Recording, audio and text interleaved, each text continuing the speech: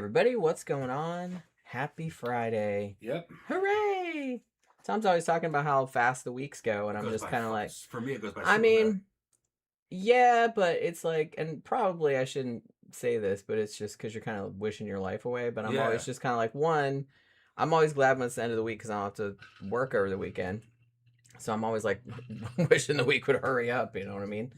And two, I want summer to be over because I hate it's summertime. It's hot. I hate it. And I hate spring too, but I hate summer even more. Fucking doing fucking landscaping. Yeah, trimming like, fucking trees. Fuck that noise. Chainsaw fucking work. Working on motorcycles.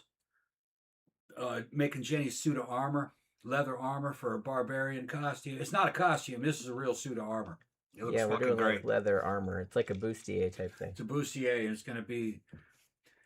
I bought a pattern for it, so it's not 100% custom. But I'm gonna fucking modify it to look like. Yeah, we just wanted something to give us an idea, so we looked on Etsy, and I was like, let's get something along the lines of what we want. Yeah, I need it for the sizing. Yeah, that's really what it is, and then I'm going to use that as the basic template to do a takeoff on a Marvel version of Baylet. Baylet was fucking Conan's girlfriend. They got married actually, but she died. It was like a Bond episode. Like wasn't she like the pre-Valeria? Or I guess they're not really in any chronological order. They're not in tight chronological, but he was young when he did that. So she was before Valeria. Yeah. Okay. Valeria, as far as I know, was never killed. Okay. In the stories. Well, she died in the movie though, right? She died in the movie. In the books, Baylet was the one that died, and they got married. She was a pirate. Yeah. Yeah, she was. So we're doing like barbarian pirate with more emphasis on the barbarian. But we did find, we probably showed it on the show before, but we kept looking for like illustrations, and I said, well, I don't want her to read as just pirate because I want them. So I wanted to lean more barbarian, but you can have like a slight pirate vibe to it, maybe. Yeah, there's like. So we're looking at like different illustrations of her from the comics and stuff like figures. That. And we found one that we really liked with like this top, and that's kind of what we were looking. Yeah.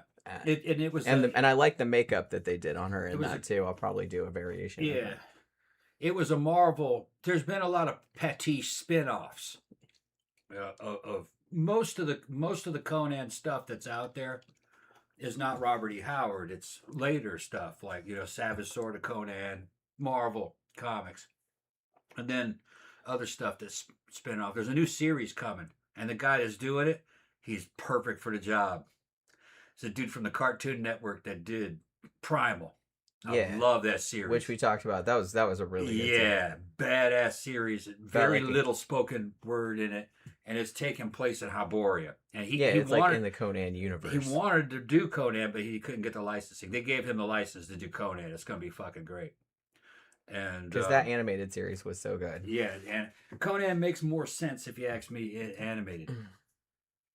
If it's done right. If it's done right. I would love to see an animated version of that looked like a Frank Frazetta painting, Because if you look at a lot of the 80s barbarian movies that tried to do with what Conan 1 did, they just look like people running around in costumes. It doesn't fucking...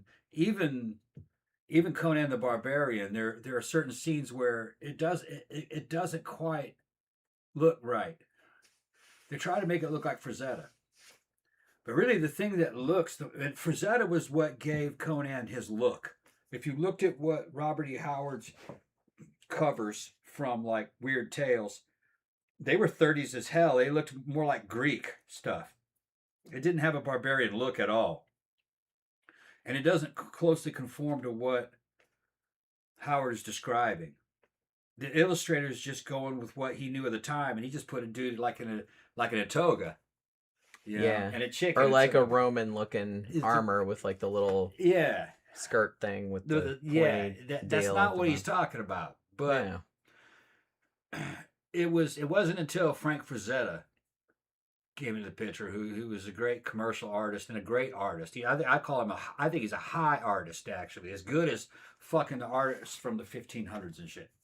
Yeah, I do. Better. They discussed this a little bit. We found this really old documentary about him.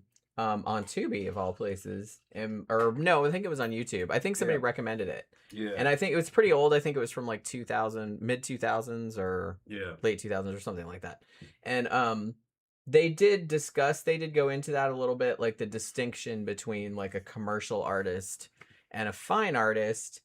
And they were kind of making the point, and this is kind of how I feel about it too. They're like, usually they would say, well, the distinction is the commercial artists, they're just illustrating someone's story, like for a magazine or something like that. Like that's what they used to do back in the day. Or something, or a product or something. But I was just like, yeah, but like a lot of the masters, like the classical painters and stuff like that, they illustrated like stories from the Bible, or from history or something like that. So it's like, so how is that different? It's the same fucking tale. Yeah. And it's the same energy. And the presentation is the same.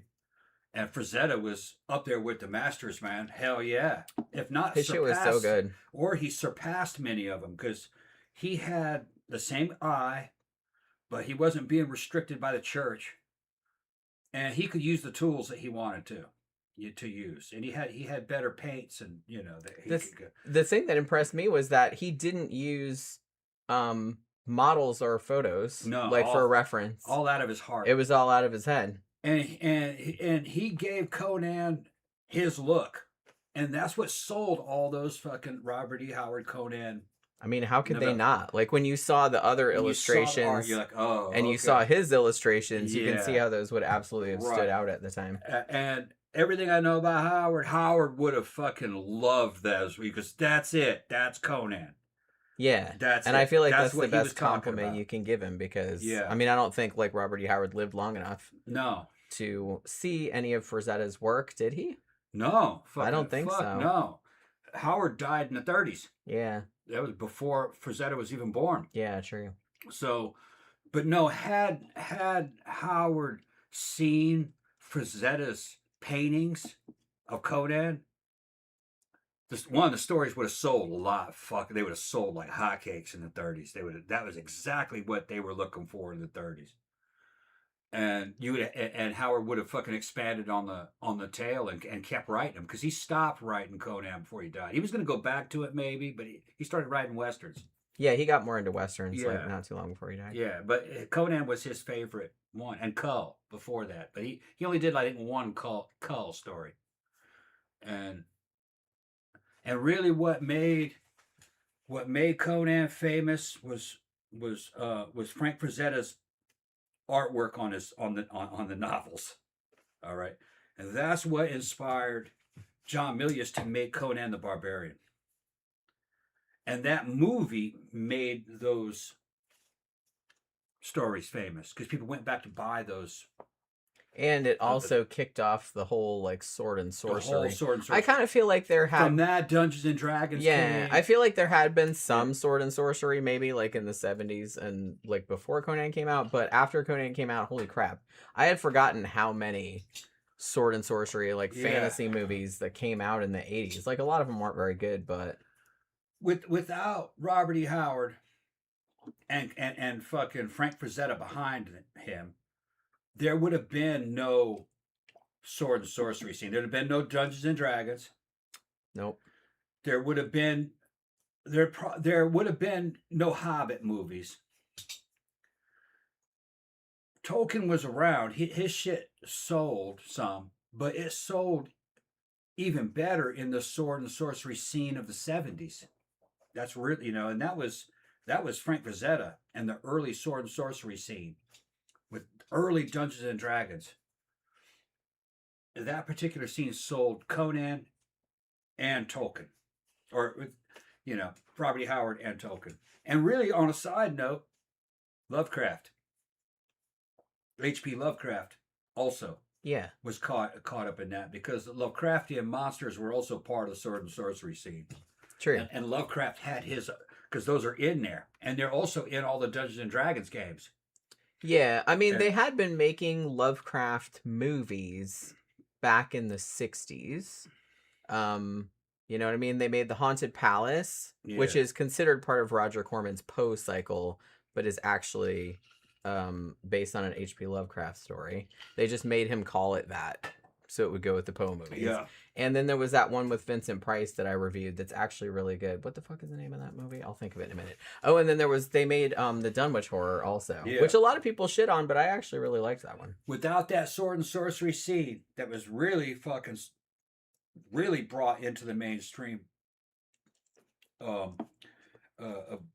Shit, man. What's the artist I'm talking about? Fucking Frank Frazetta. Frazetta, yes, I'm just starting to drink and get brain fart.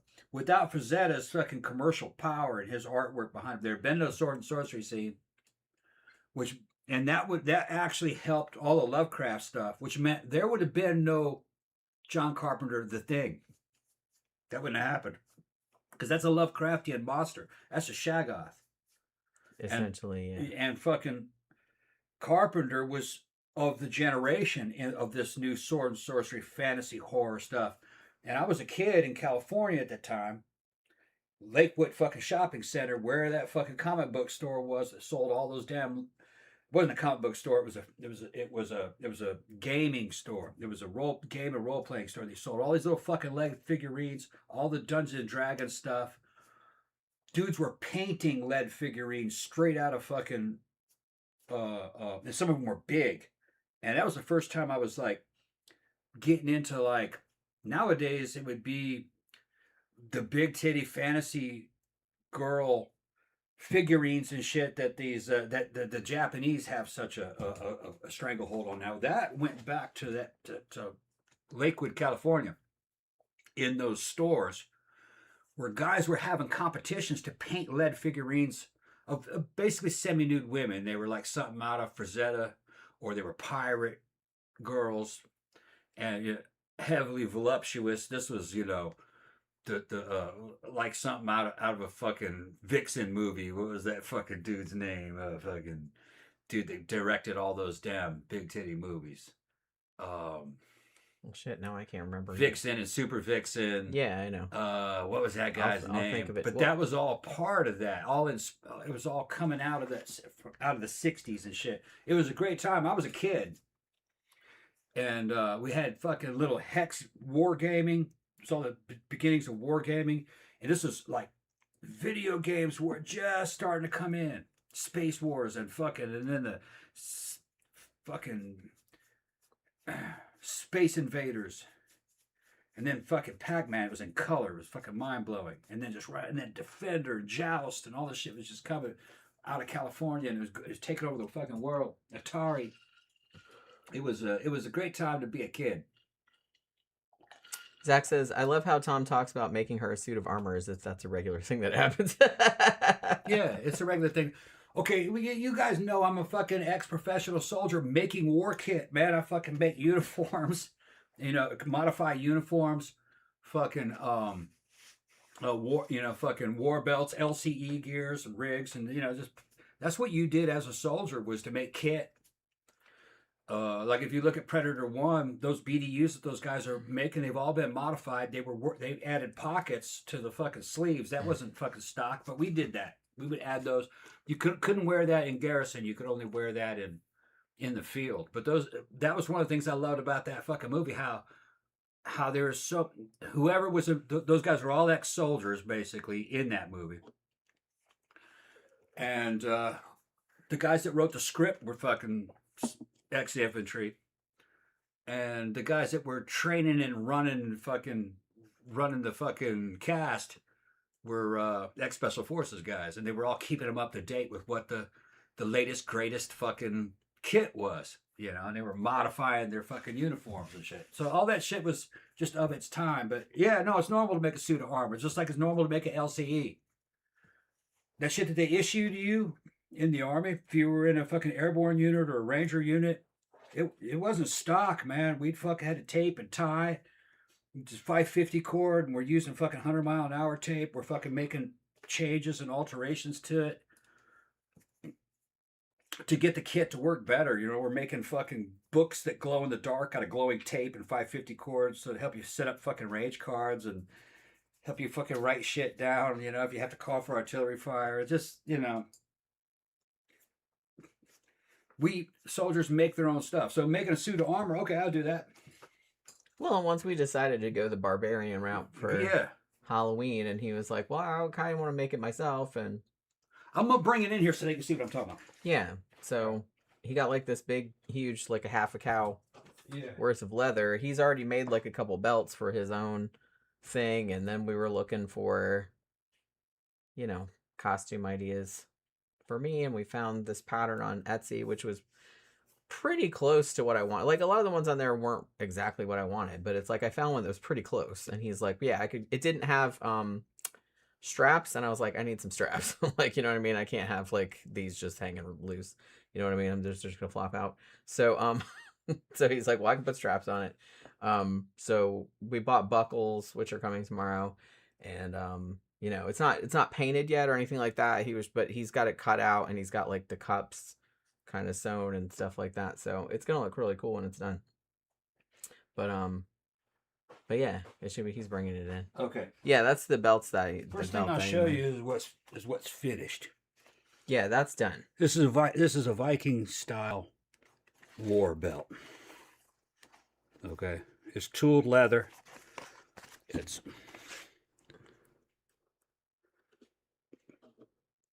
all hand trim. These leather thongs that have laced through here, I cut those all by hand. They're probably about 4 millimeters wide, and they're about 3 feet long. Actually more like 4 feet long, and they're all woven in there. There's the belt buckle. It goes on like this. Okay. And it's got this stuff that comes through the side. That's where you put a weapon. Like a hatchet or a knife. Yeah. Goes through that. And the buckle goes here on the side. The front, it's got wolves. And on these two wolves on the side, there's rings coming through their mouths.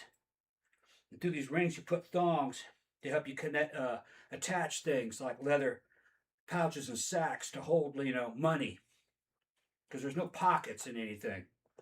Because, everything's made out of fur, no pockets in any of the pants, or if you're going to wear a loincloth or whatever. I won't wear a shirt. I might wear some shoulder armor. And a hatchet, a knife, and probably like a battle axe. An axe. That's what I'm going to do. This is what I'm making for Jen right now. Hold this, Jen. This is the front of it. Yeah, that's under the titties right here. All right. It kind of bends around. And it bends around like that. And then these are the cups for the titties. Yeah, we're doing the cups for the titties. Yeah. And we're kind of going to do, it's pointed here at the bottom because that's how the pattern is. Yeah. But we're thinking about like putting like belts. A row of like 3 belts. Like a row of belts behind Yeah. that. But it's going to be an armored bustier. Yeah. With big cups. That's how that's made in there. Now, I don't think I'll even have to trim it or line it. But I might trim it with fur. Yeah, we might. I got a bunch of rabbit fur. We got fur. We can put fur. Yeah. But all this has to be shaped, sewn into here. And then it's going to be tooled. I'm going to do a bunch of trim on it. Add belts. It's going to be belts that hold it together. It's going to have a back. And then once it's probably going to have straps, like a bra straps. Or maybe a halter that go behind the back, by the back of their neck. We're going to see how that goes. And then there'll probably be shoulder armor too. We're going to see. Maybe one set. Maybe just on your left shoulder. Yeah, we could just do one arm. I mean, that's fine too. But and then it'll have gauntlets.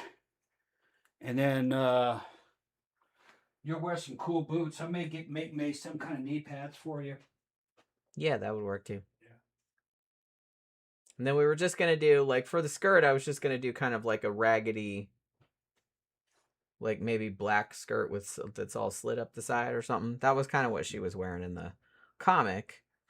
Like I said, I didn't like a lot of I liked them, like a lot of the comic drawings of Bailey, but a lot of them, like I said, were too piratey. Because when they heard she was a pirate, she has her own pirate ship, and I was just kind of like, well, I want to just be pirate, you know what I mean? Yeah, she's like a pirate from the 1700s. They're like, no, yeah, man, and I'm just like, that's not right. It's like fucking 8,000 years ago. Yeah, so it's like, so I wanted more barbarian. I said it can have a pirate flair, but I would rather look just like straight up barbarian, honestly, if we had to make a choice. So you know, and a lot of them were like shit that I couldn't really get away with wearing. Like that one, I think she just had kind of just a Vampirella kind of, just that thing that was just basically like a thong kind of situation. The way Baylid is described in the episode that she's in, is she's wearing a G-string, basically. Yeah, she's basically nude. And she's topless. Yeah, she's just walking around with her titties hanging out. I was like, well, obviously I can't do that. And she's got...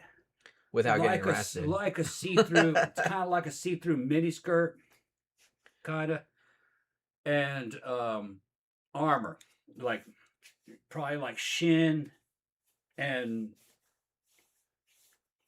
gauntlets, shin armor and gauntlets. I think she's barefoot though. I mean, I don't have a problem with that. Yeah. It is kind of gross, like going in public places. And then barefoot, though. But I hate wearing shoes. Yeah, carried 2 swords. She carried 2 swords. Okay, so I need 2 swords. Yeah, well, just in that, and they were Egyptian style swords. So okay, they were kind of like sides. I'll keep that in mind. They were kind of like that's kind of what I was picturing. Yeah, you know what I mean? Because I listened to the story, but she had like a headband, and I don't know if she wore a veil or not. She was a what did they call them? A Shemite? Shemite. And a Shemite was an Arab. She was an Arabic pirate, criminal princess, basically. And she had a whole crew of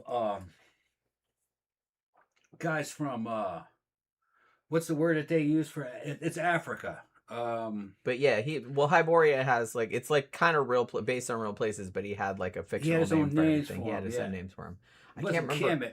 No, what did he call Africa? I don't remember. It's been so long since we did that. She had a bunch of African pirates, and she had the ship, and she was kind of like their kind of like pirate warrior queen. Yeah. And she was the she's the goth chick of the series. She's wild, yeah. She's a nut. And as soon as she sees Conan fight, she sees Conan. And Conan ends up on the ship, and she orders her men to attack him. They all attack him, and he kills a bunch of them. And then she doesn't get mad. She's just kind of like, she immediately calls him off and says, "I'm marrying you." That's basically what it was. This man is equal to my badass. Yeah, I'm marrying you. and he's like, he's like, what? Yeah, you're my husband. He didn't seem to argue too hard. That was the love of his life. Yeah. Yeah. Yeah, he was into it. Yeah, I feel like, because I feel like more people are familiar with Valeria because of the movie. Yeah. And she was a character in a couple of the stories, she's right? In at least 2 of them. Yeah, she's in at least 2 of the stories. Yeah, I found her in 2 of the. I haven't read all the stories yet. I mean, how many Conan stories were there? 20 something? Mm-hmm. 24, 28? I can't remember. I'm really only listening to them, and so I'm not sure they're all in. People make videos on them, and they do readings of them. Yeah, because you can do. They got a Scandinavian guy who does the best readings. He's got a cool accent and everything, and he like fucking, and he like acts the part. Sounds like a fucking barbarian's telling you the story. Yeah, I listened to a couple of them with that guy too. What happened to Baylid? They ended up in this kind of like a very large island that was real swampy, and they got attacked by an ancient being that was kind of like a man with wings, basically a gargoyle with wings, like a demonic looking man with horns and wings. I hate when I get they're described as that thing from Gargoyles. Yeah, you know. And underrated flick, by the way. It killed a bunch. It killed a bunch of her crew, and it grabbed her and flew off with her. And he fucking went out after her in like a party. When he finally found her, he just found fragments of her hanging up in a tree. Yikes! And he was looking at her, fucking, and he lost it. Yeah. And well, I can imagine looking for that thing, and it was like the last of its kind. This flying.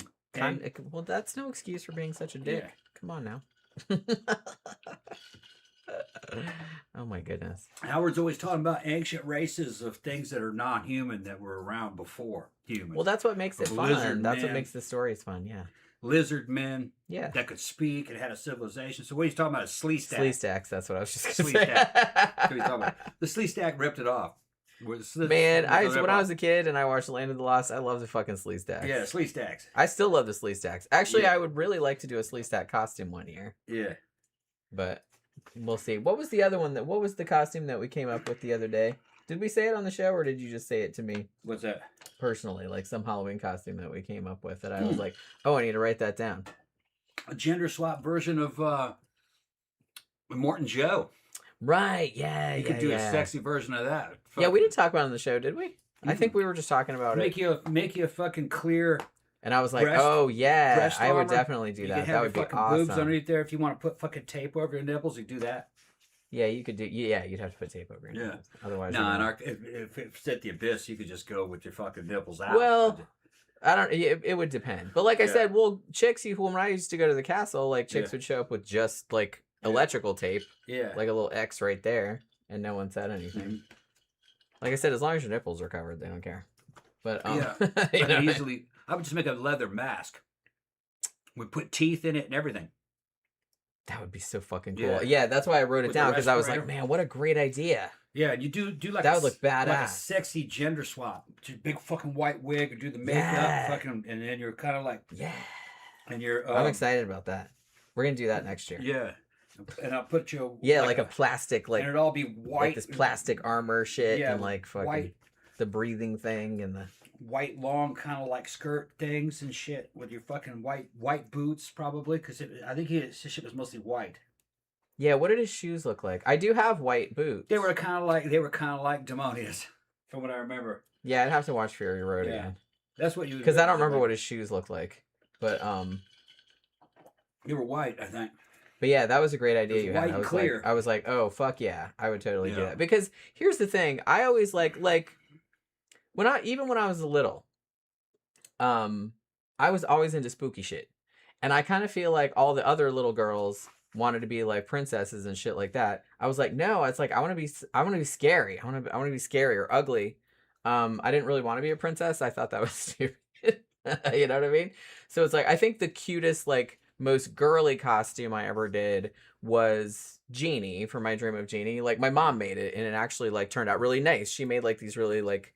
The little purple like foofy pants and like I had this little purple top and like she did my hair all like Genie and stuff like that, and that was really cool. Like I don't remember what shoes I had, but I had some kind of Genie looking shoes, and that was cool. But it's like normally I wanted to be something scary. I wanted to be like a witch or a mummy or something that wasn't girly. Like one of my favorite costumes when I was a kid was my mom made me a Jawa costume from Star Wars. Yeah. Like it was probably like late 70s, early 80s. She made it after like this, she made it out of this fucking thick, it was a tablecloth or something. Mm-hmm. But it was like a Jawa color. It was like a rust, like an orangey brown.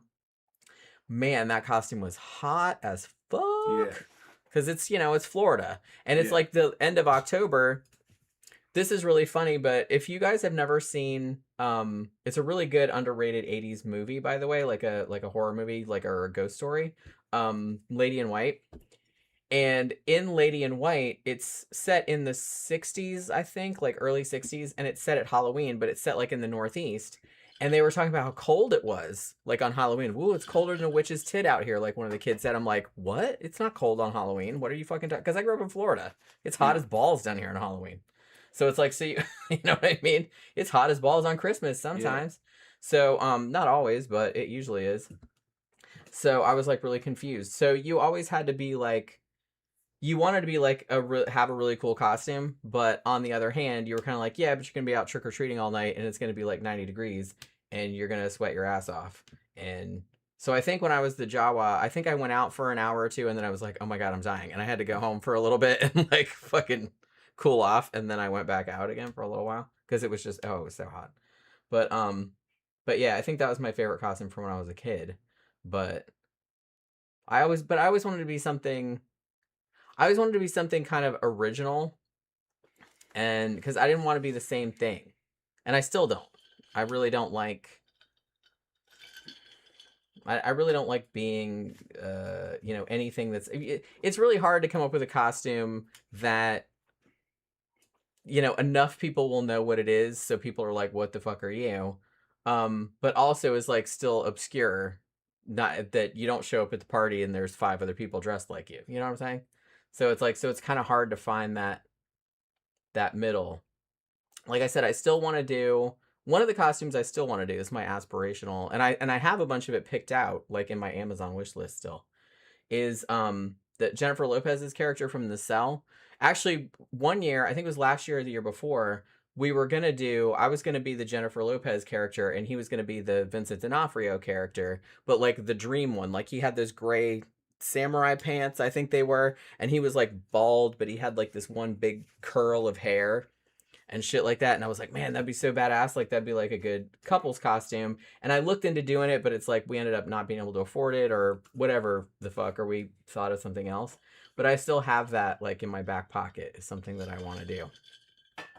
You know? Most of the stuff that I want to do, like, like, probably too expensive. Because sometimes I kind of, like, have all these ideas, and then when I look up how much it's going to cost, I'm like, oh, shit, I can't really afford to do that in a way that would be satisfactory, you know what I mean? And I was just like, well, I'll just have to think of something else then, you know? So a couple times I've had to repeat costumes. Like I was Amy from Fright Night, like Vampire Amy from Fright Night, a couple times just because I had the costume, and it was a few years apart, but I was just kind of like, man, it was like getting toward Halloween and I didn't have anything. And I think one year I did like kind of a mermaid thing because I already had a bunch of shit for that.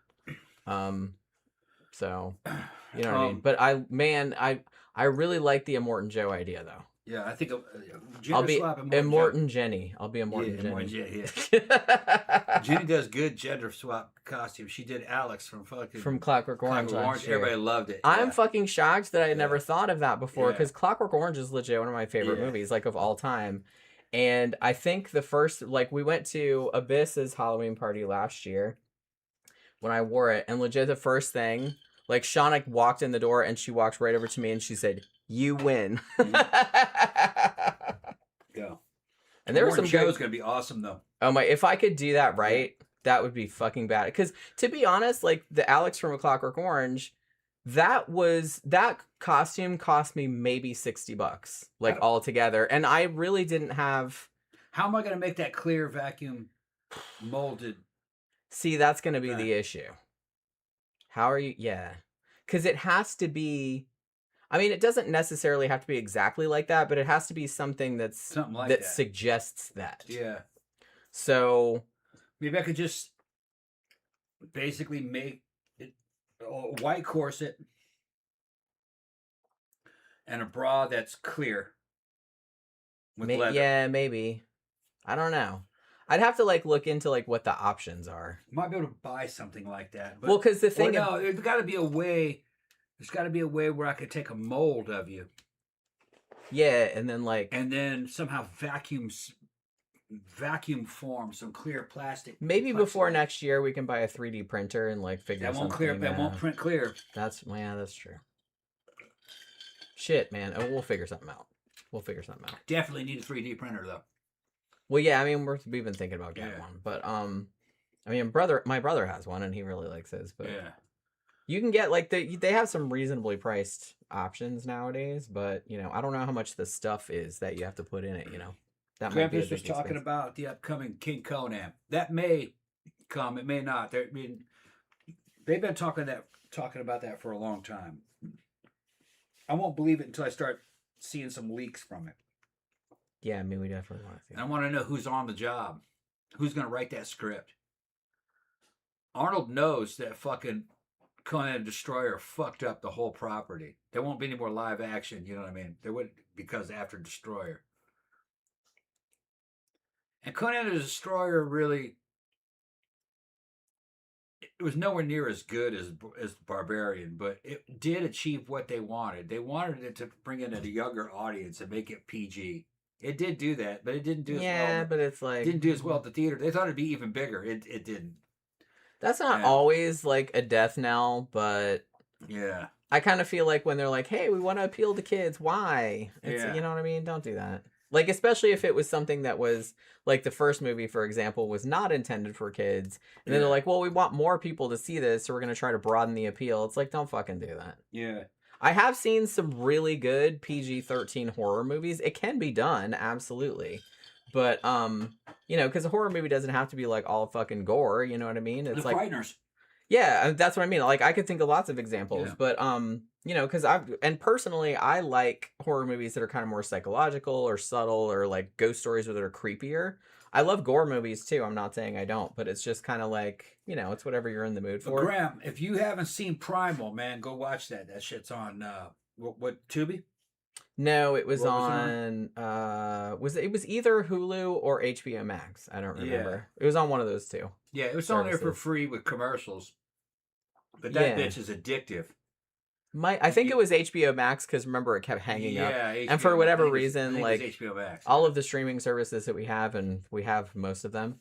If you have to pay for it and buy it on fucking Blu-ray, yeah, it's worth it. It's got 3 seasons, and every season is good on it, and it is Robert E. Howard and Hyboria. Yeah, they don't call it that because they're not allowed to, but that's pretty much what it is. Yeah, and like if you know anything about Howard's stories, like when he meets like certain civilizations, you're just like, they're all in there. These are the so and so. You know what I mean? Like, all the groups are in there. It's all the same rules, and there's like almost no dialogue. Yeah, because he's like a caveman essentially. Yeah, the main dude, he's not even a barbarian; he's a savage. Yeah, which you know, if you know Howard's work. Savages are fucking far below barbarians. Barbarians weren't civilized, but they could go into a civilization and fucking go into a bar and rent a room and fucking they could work in civilization. They just didn't really like it. And when they went out into the field, they could deal with savages, but they didn't like savages either. Savages were fucking cannibals, didn't have any honor. Fucking couldn't make steel, you know, they were fucking caveman level. And that's who this character is in it. He's a savage, but he's got honor. It's pretty, and it tells his story, and the friend that he makes friends with a dinosaur. Yeah. The dinosaur, they had dinosaurs in Howard's books. Because why wouldn't you? But they call them dragons. Yeah. But this was a straight up dinosaur. But when you describe them, they're describing the dragon, you go, wait, but hold on. That's a stegosaurus. Yeah. It's got spikes in its tail. It's got a ridge of fucking big plates on its back. That's a stegosaurus. I mean, Fang in this, who they don't ever call her Fang. Yeah. But that's just what she's called in the credits. She's a T-Rex. Yeah. Or maybe an Allosaurus. Or something. Yeah. Maybe an Allosaurus. They don't really specify.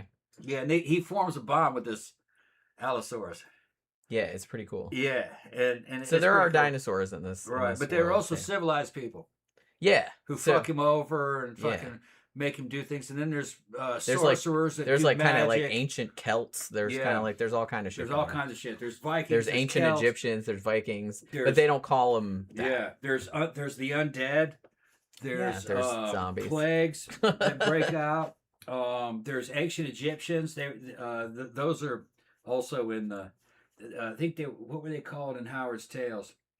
See, Hyboria is a place where all the ancients are all there at the same time. But see, that's why you make your own universe. And Vikings and ancient Egyptians. Because all the shit you're interested in, you can just add it all in one world and be like, hey, it's an alternate universe. Get off my case. You know what I mean? And African warriors, you got them all in there. Even though they didn't exist at the same time, they do in Hyboria. Yeah. Because why wouldn't you do that? You can write about all the fun shit. And pirates are in there too. Yeah. Yeah. It's just that some of the fucking comics, when they start getting into the pirate subjects, the illustrators draw them as fucking 1700s pirates. Yeah, because when you say pirate, you think like Pirates of the Caribbean pirates. That's not what they're talking about. They're talking about fucking ancient Egyptian pirates, Greek-style pirates, because the ancient Greeks are in there, and barbarian pirates. You know, they don't have there are no guns in Hyboria. Those haven't happened yet. Everything's bladed weapons. which is a lot more magic. fun and a lot more bloody. Yeah, and there's also magic. So there are supernatural elements. Here's another thing that Howard loved, because Howard was a man of science. Okay, he was a man of the man looking towards the future of the 30s. He believed in evolution. So in these stories, you have apes evolving into men. Yeah, so there are like 8 men.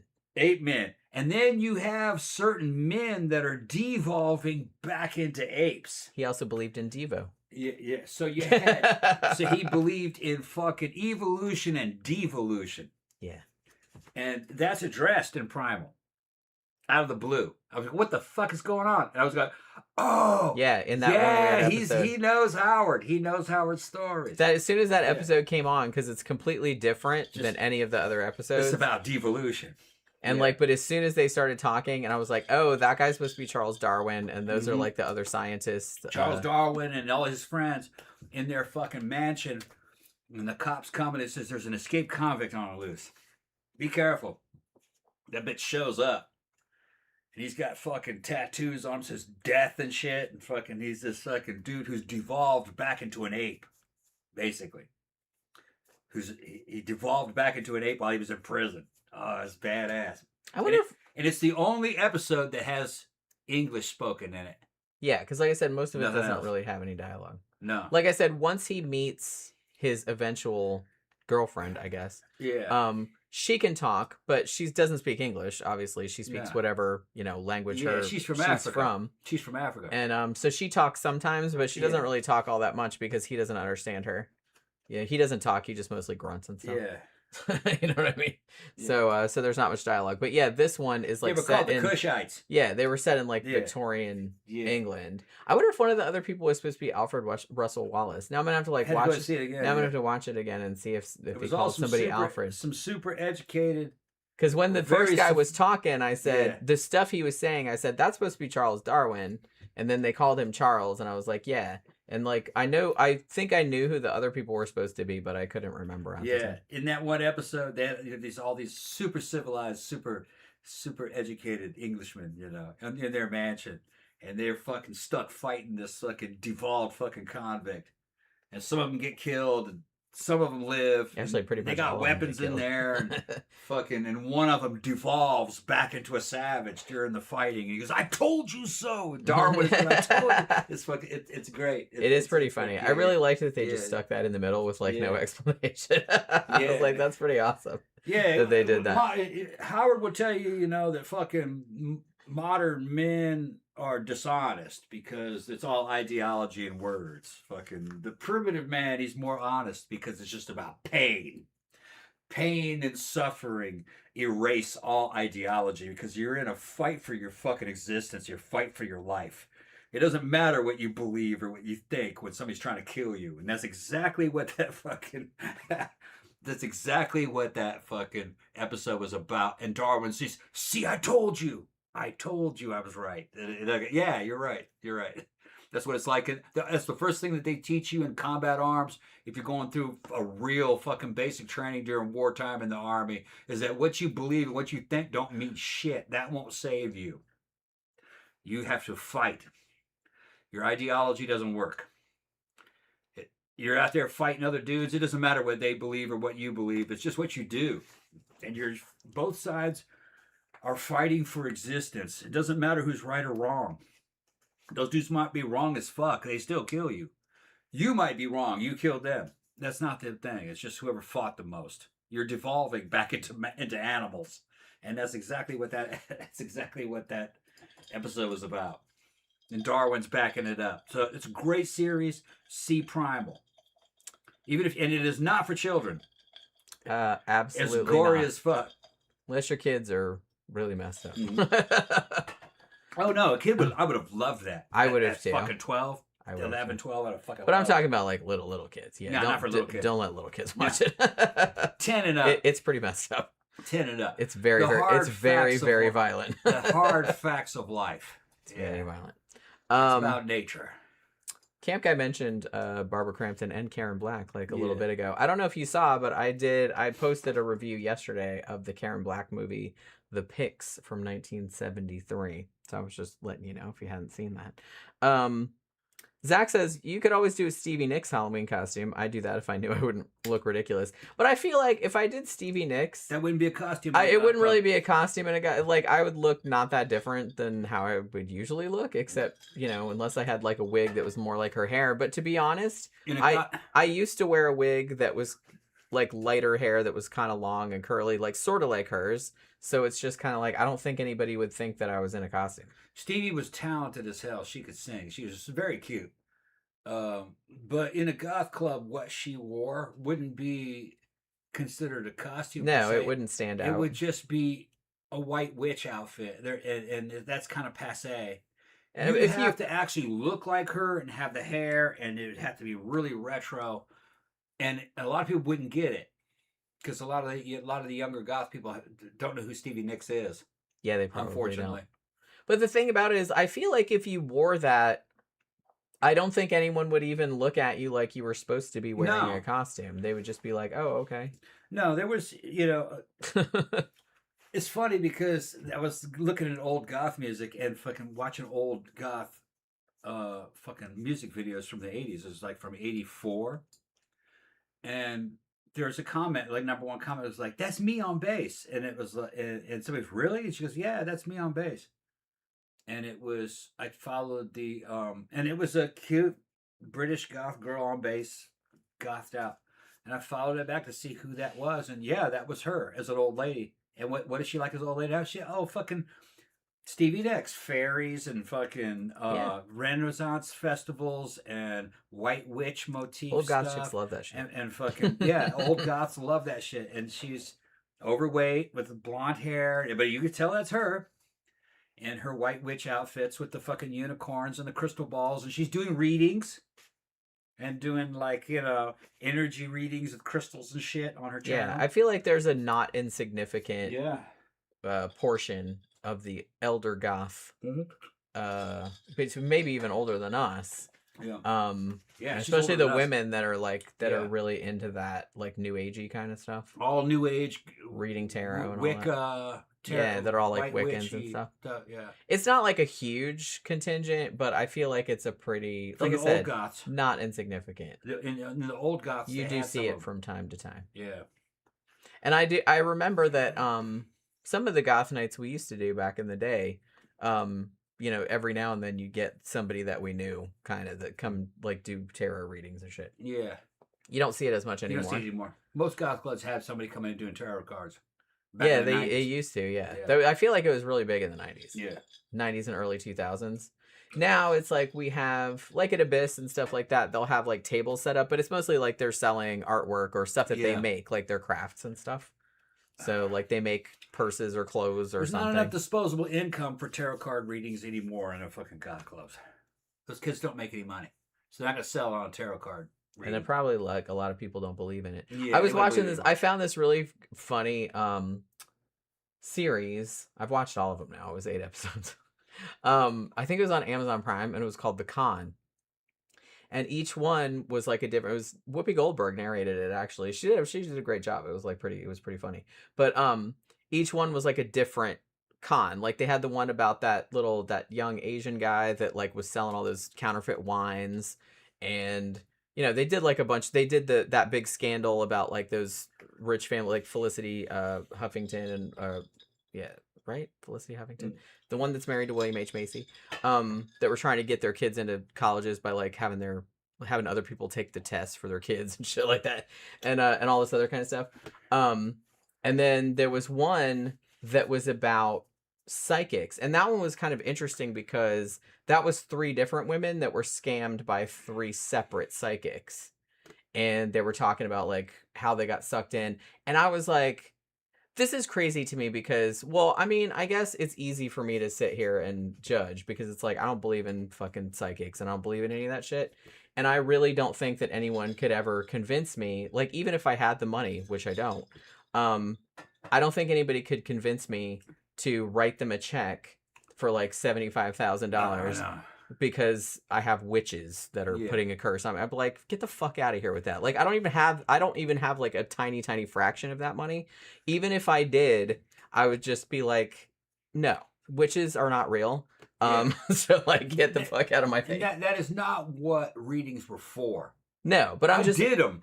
I know, but I'm just saying that was it just reminded me of that. I went to him, fucking, as a fucking. I know, I've been to one too. Like, let's go get a reading. Okay, I went to one with my mom. Fucking neighborhood health just for fun in Casadega. All it is, very similar to Catholic confession in a certain way. It's kind of like cheaper therapy. Yeah, you're paying somebody to like listen to your problems and to them to tell you it's going to be all right, that everything's going to be okay, do, and this and that, and it's kind of sad in a way. Chicks love it. They fucking, especially certain type back. I was gonna say I don't love it. Yeah. I think it's dumb. But like, it was a stylized way of talking about your problems.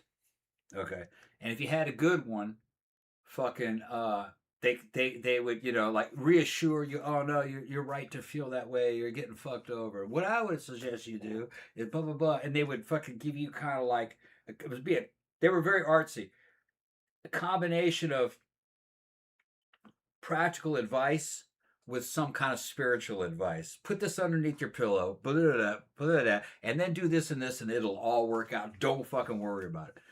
There was an Indian dude that used to do it at the Rathskeller. You guys talk about the Rathskeller, it's fucking punk rock bar. And that dude would get drunk as fuck. He was an Indian American. He was here legally, lived here forever. I forgot his fucking name, man. It's been a long time. But people would just buy him whole pictures of that Rathskeller fucking swill. And he'd sit there, and he was great, man. And he would talk about anything, and then out of the blue, he'd start giving you a reading. And he didn't even fucking charge you for it.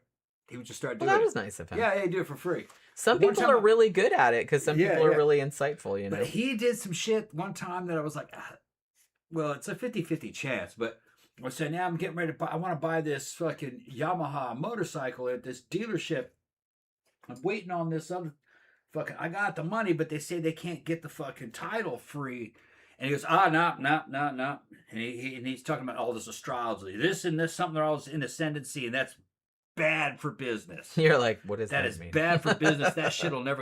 That dealer never was able to fucking sell that bike because it had a lien against it. They took it in as a trade, you said, that's like 50-50. Either they were going to sell it. It's 50-50. But I was just like, it's funny because like he was just lucky. Months after, I was like, this dude did call a lot of shit. Yeah.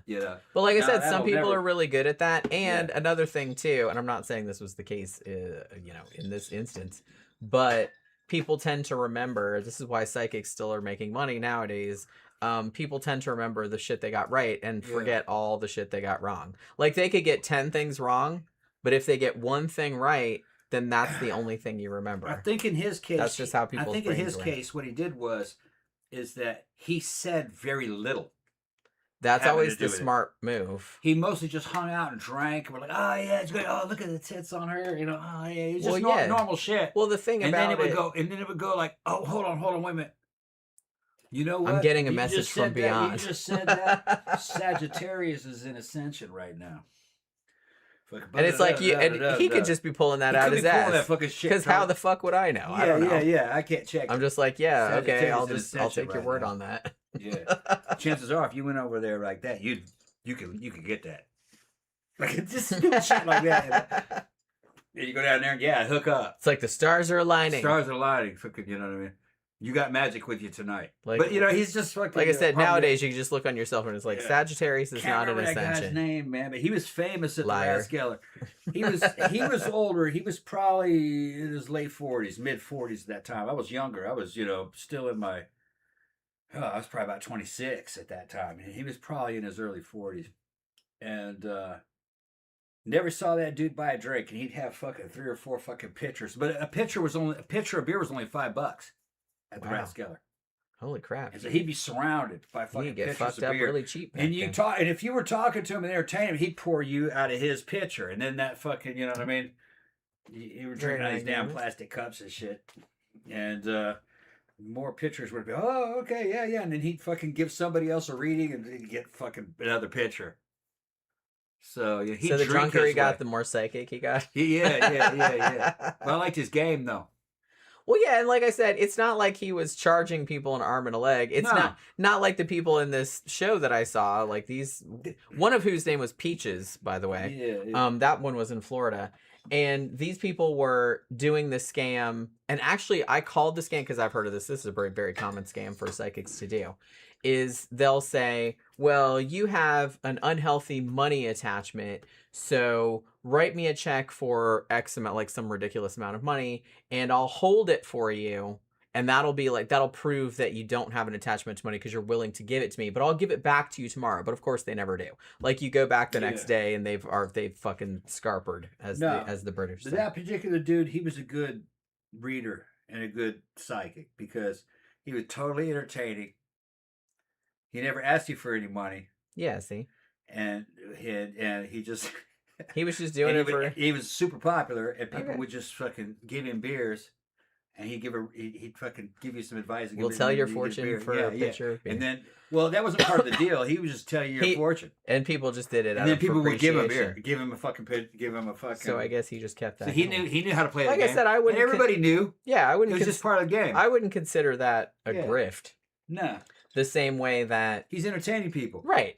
It's like I don't have a problem with that at all. Like I said, that wasn't the same thing as the shit that was on this show. Where these people were very clearly being like, oh, you still have like all these demons or you have a witch's curse or something like this. And if you pay me, $10,000, like I'll take the curse off you and stuff like that. I'd be like, bitch, get the fuck out of here with that. They're not trying to trick you. Like I said, they're holding you for ransom. Yeah, there are no demons or no witches. And it's like, and I feel bad. I don't know, man. It's like, I know these people, the con men, con women, they, target people that are vulnerable, and usually people that go to a psychic, like that would walk into a psychic's establishment are going to be vulnerable. They're going to be like confused. They're at they're at the end of their rope or something like that, and they don't know where else to turn to. Like I said, they can't afford therapy or they're having all kind of problems. So it's like, it's almost like a self-selecting parade of suckers. I hate to put it like that. But that's so it's self-selecting, like I said. So these people come up there and they're kind of like open and they obviously believe in psychics or they wouldn't even go there in the first place because I would never set foot in one of those places, right? Even if it was just $5. I'm like, I could spend $5 on something I actually want to do or like, you know what I mean? Like I could buy like a couple good candy bars with that. Like why would I want to have some fucking grifter like tell me some bullshit? You know what I mean? So it's a self-selecting crowd. So they go in there, so they already know that these people are primed, and all they have to do is listen to them and give them what sounds like good advice and give them like some predictions that sound reasonable or sounds like what they want to hear, and they're on the hook. You know what I mean? And like I said, I felt kind of bad, but one of the women on here in particular, because it was 3 different women that got, like I said, they got scammed by 3 different psychics, like in different parts of the country. And I don't know, I felt bad for them, but in another way I didn't, because I was just kind of like, what? I know I'm going to sound like an asshole, but I'm like, what kind of moron goes into a storefront psychic and like hands them a check for like fucking $25,000 or some ridiculous amount? It's like you don't even know this fucking person.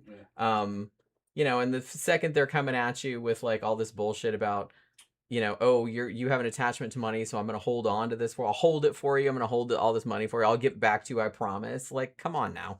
Like, that seems really... I mean, these people are just naive, I guess. Because I'm just kind of like, obviously that's a scam. And it's a really common scam, and I thought everyone kind of knew about that. Just like that one where they say, oh, we're going to bring all this money to our psychic, I don't even know what they call those. It's not an office. So it's just kind of like, bring it to our little storefront and we're going to put it in a bag and we're going to burn it. You know what I mean? Just to show that it doesn't matter and you have to like let go of your attachment. And of course they take the real money out and put fake money in the bag when you're not looking. And then they just keep your money. Horror wrestling fan, he asked me a good question here.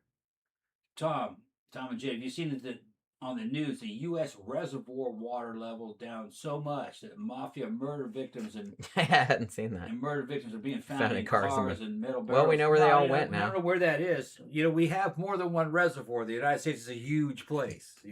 Yeah, I haven't really been following. And Europeans kind of think they have just a couple different cities, and that's America. Fucking no, most of America is fucking rural and not in the middle of country and empty. Shit. Yeah, but no, I don't know which reservoir you're talking about. You can drive for hours and not seeing a single fucking person in some parts of the country. Yeah. Or see a single fucking building. You don't understand the scope of the place. There isn't one America. It's 50 different countries in a union. Actually, maybe more than 50. Yeah, because some of those fucking states, some of the states like are divided up into different regions, well, and the people aren't the fucking same. For example, I feel like Florida is like 4 different states in one. Yeah, kind of. It's 3. You know? The Panhandle, which is the same as Mississippi and Alabama. That's Scots-Irish redneckdom. Yeah. Then there's the Miami southern area. That's Central America. Yeah, which is essentially and it's Cuba. Always been that. Well, it's Cuba and like super rich white people. Yeah, and mostly from New York. And then there's the Orlando area, Central Florida, where we are, and it's kind of like the DMZ. It's a mixture of them both. I don't even know how you'd explain it. You can't explain because it. It's a mixture of there's some kind of city stuff. Because there are some big cities. Like, I don't think Orlando is a huge city, but it's a fairly big city. You got Tampa. Yeah. You got shit like that. So there's metro areas. Yeah. But then in between that is a whole bunch of, like, farms. You could go to where we go down at the fucking booby trap.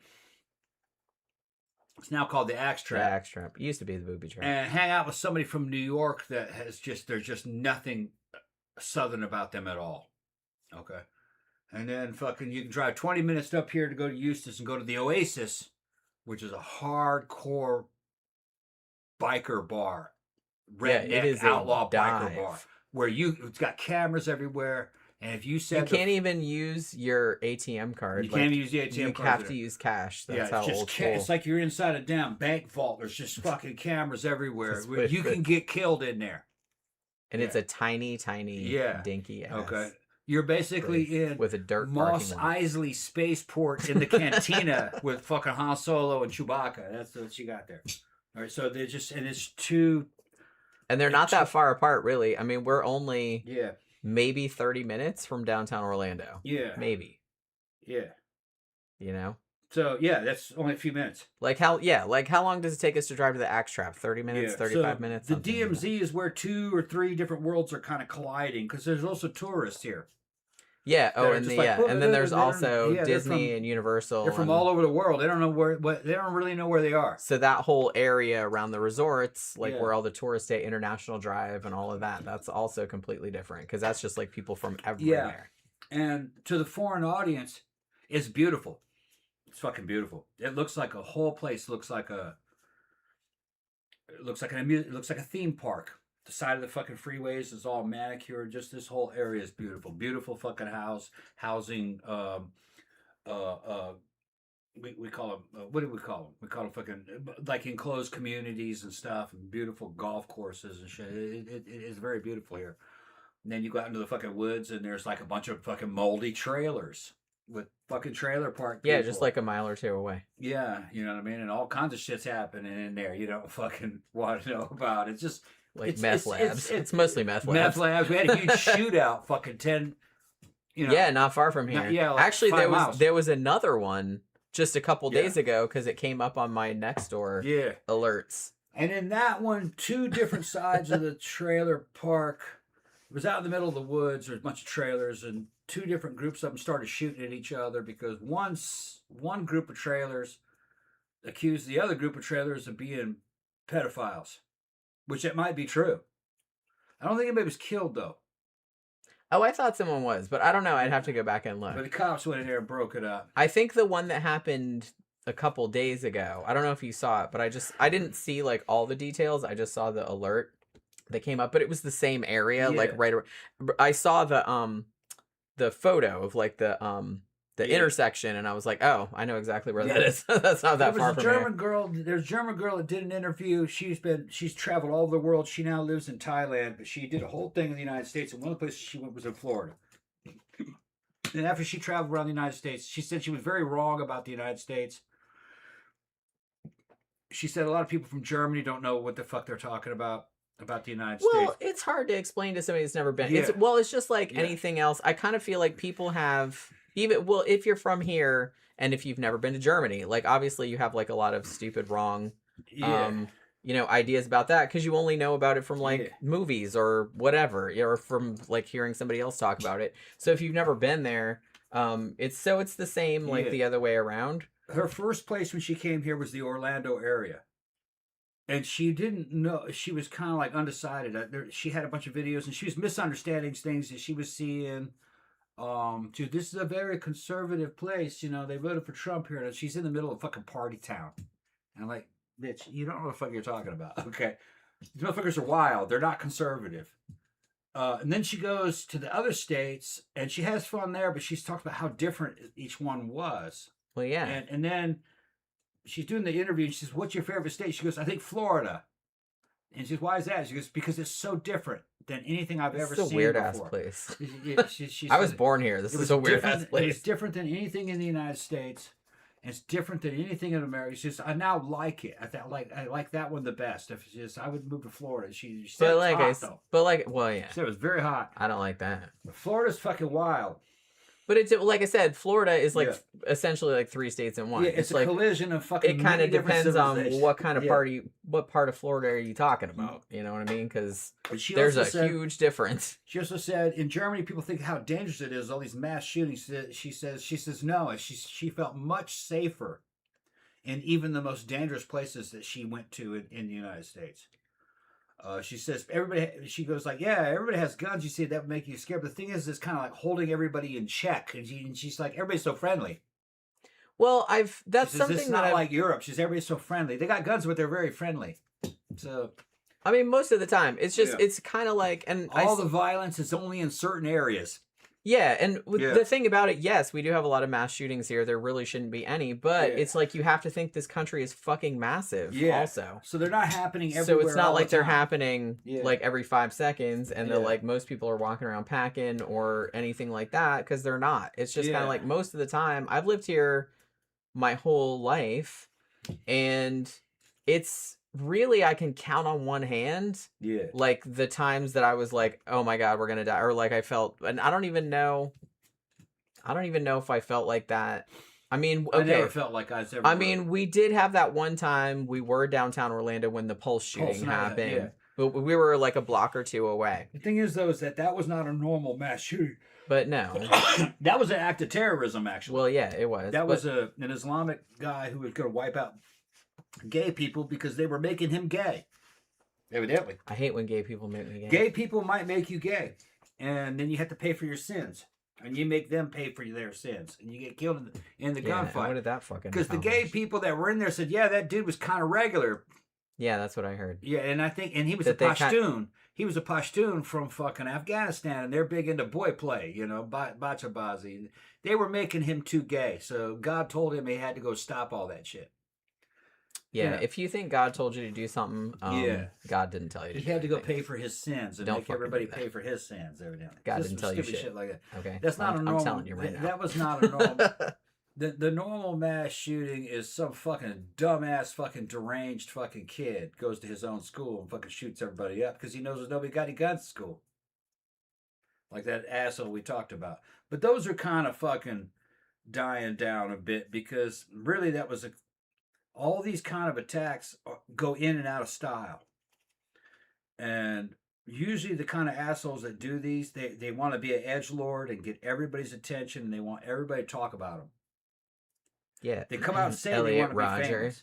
Elliot, yeah. Like that fucking douchebag. So that's, Now, the way they record shit is that if any more than 3 people get killed in a shooting, they're going to say it's a mass shooting. So then they put those in the statistics and you go, oh, it's a mass. It is not a fucking mass shooting. When you look at most of the ones where more than 3 people, were 3 or more were killed, it's gang violence. It's dudes in the drug trade shooting each other up to fucking settle scores because dude stepped on his shoe or he stole his fucking drug money. That's most of it. It's shit that's totally understandable when you actually look at the details of it. It's never really random with most of that. I mean, it does happen, but like I said, because most of it is totally understandable. Because the country is so large. Yeah. And, they are, I mean, like I said, they shouldn't happen at all, like school shootings or anything like that, obviously. Yeah. But yeah, those are fucking, that's stupid shit. That's crazy kids. Yeah. But like I said, it's not happening every day. No. And I think that Well, it's understandable because, like I said, if they've never been here, then it's like that's all they're going to see is movies or or news that was a big enough deal to be news over there. The reason why you hear that is because it hit the news and you were shown that. They're not showing you all the other shit that happened. Yeah. Like the time 3 dudes got shot. Well, they didn't tell you about that. Because that's 3 gangbangers fighting over fucking. Yeah, I mean that doesn't usually make the news. They'll call that in the statistics. They'll kind of mention it, but they'll call that a mass shooting in the statistics. But really, what it was is gang violence. One dude kills 2 dudes because he fucking stole their shit, and then fucking gets in a shootout with the cops, and the cops kill him. That's 3 dead. So they said, "Well, that's a mass shooting." No, they just like to count things in certain ways. Yeah, politics. DVD Dragon says Tom Hardy back arch might make you gay, no doubt. Tom Hardy back arch. Batch arch. That's when he turns over. Back arch, which Zach showed me the back arch, the original files. That was an amazing picture. Is that he must have built an entire career on that back arch. And there is a certain possibility I can't even do that. It may affect certain straight men. There is a possibility on the way I analyzed the data. There's a possibility that some straight men might be tempted to go gay if they saw that back arch. Some. Well, if you're tempted, you're not that straight. It's a spectrum. Well, that's what I was just going to say. It's all a spectrum. It's a spectrum. I really doubt that anyone is 100% straight. Maybe 99% straight. But I don't know, man. It's all a gray area. Yeah. I feel like that's... everything's situational. Yeah. And that's what I mean. It's like, that's why I don't really like this whole like kind of binary, you have to be one thing or the other. I'm like, that's not really the way nature is. You're going to get your straight man card revoked, you fuck with that shit. It's like saying, you're fucking with crack, they're going to call you a crack addict, But I only do crack sometimes. I can stop anytime I want to. The laws of men are fucking absolute, okay? It's fucking It's very silly. No, it's fucking funny though. I consider myself to be fucking very straight, and most of my fucking main friends are gay dudes, gay leather daddies. I don't know, it's just the way it turned out because being in the club scene. Well, being in the club scene and the goth scene, it's like you do, because there's always been a large overlap between the goth scene and the gay scene because goths don't give a fuck about. They're just like whoever, we don't care. There's here's the thing: a lot gay of people, trans people. It's like a lot of goth dudes, if they're straight, they tend to be kind of soft. I don't really have a lot in common with them. They tend to be younger than me. There's no military background there. If a goth dude tends to be fucking tough and hard, there's a chance he's probably like a leather daddy. Yeah. From the BDSM type scene. Where,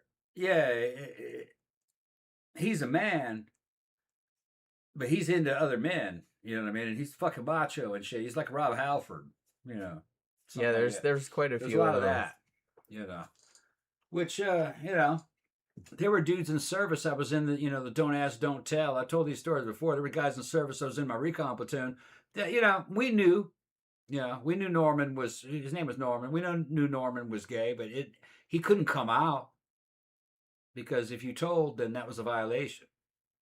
But, we knew that, but fucking Norman was fucking hard as nails. He was a fucking tough dude. Good soldier. Army Ranger, And back when that meant something, back when that school was fucking hard back in the 90s, early 90s, shit.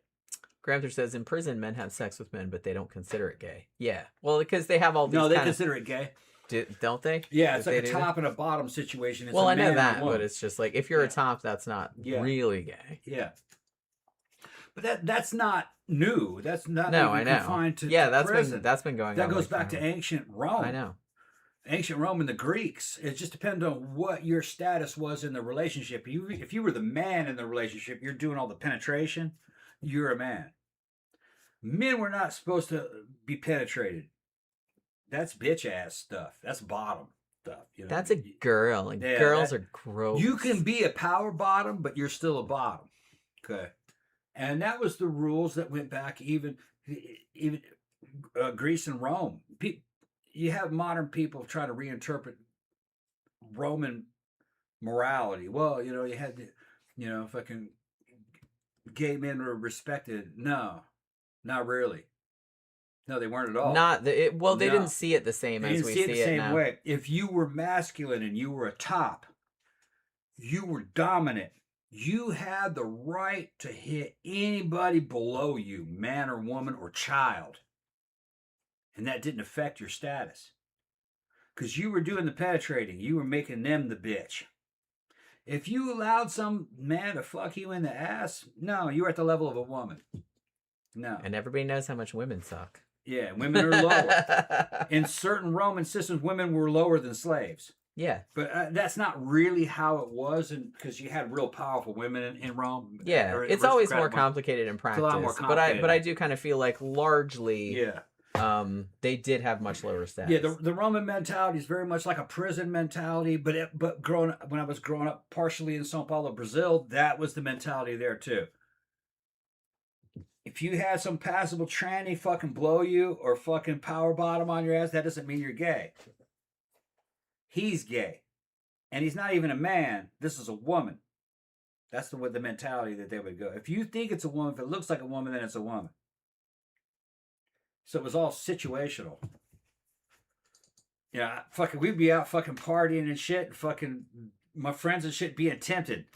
Because, man, the trannies in fucking Brazil, even back in the 80s, late 80s, they were imperceivable. The only thing, because they were on estrogen and birth control type pills before they even went through puberty. So they never went through a male puberty. So you couldn't tell most of them. Some of you could tell by looking at the feet and the ankles. Big feet, big ankles, you go, that's a dude. But some of them you couldn't tell at all. All right. So the main way you could detect them, your tranny detector, is that if she was too forward. But even that was hard because Brazilian women were aggressive.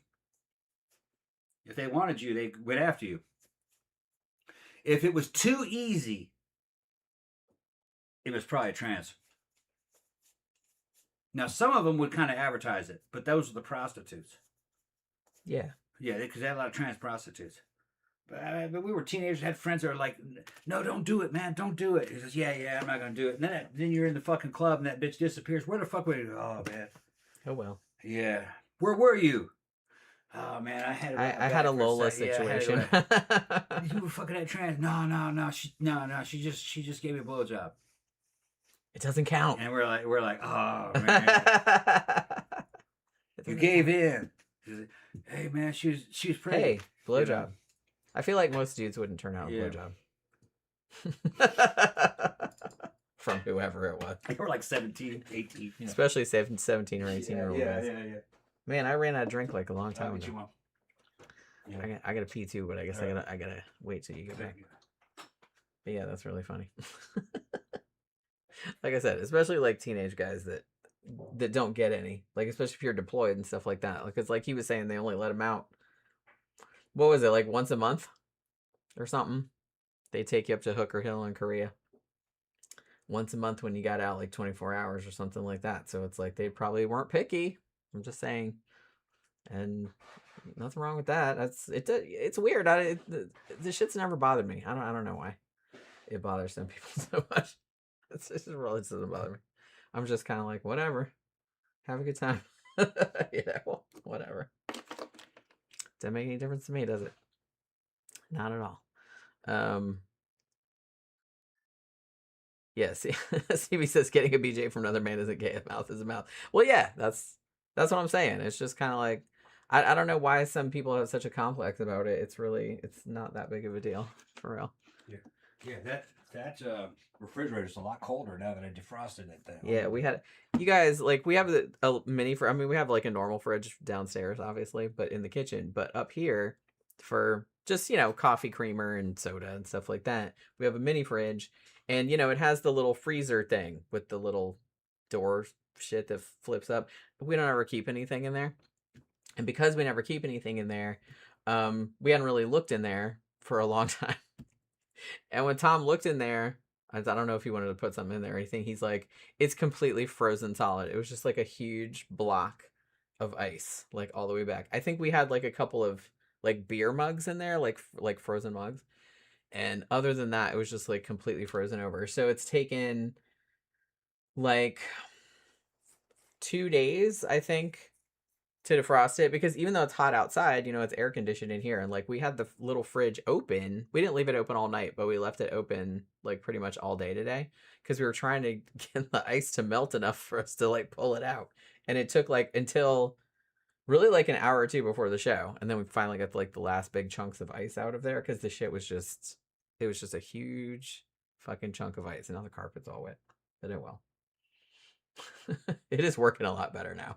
But it's like, it never occurs to me because it's like, I don't put anything in the freezer up here because it's so little, you know what I mean? So it's like, and I don't have anything up here that I want to freeze. Like I said, really the only thing that I keep in that fridge, mostly coffee creamer, and like I have a pitcher of iced coffee. Like if we don't drink all the coffee that, that I brewed during the day, like I put it in the pitcher so we can have iced coffee later.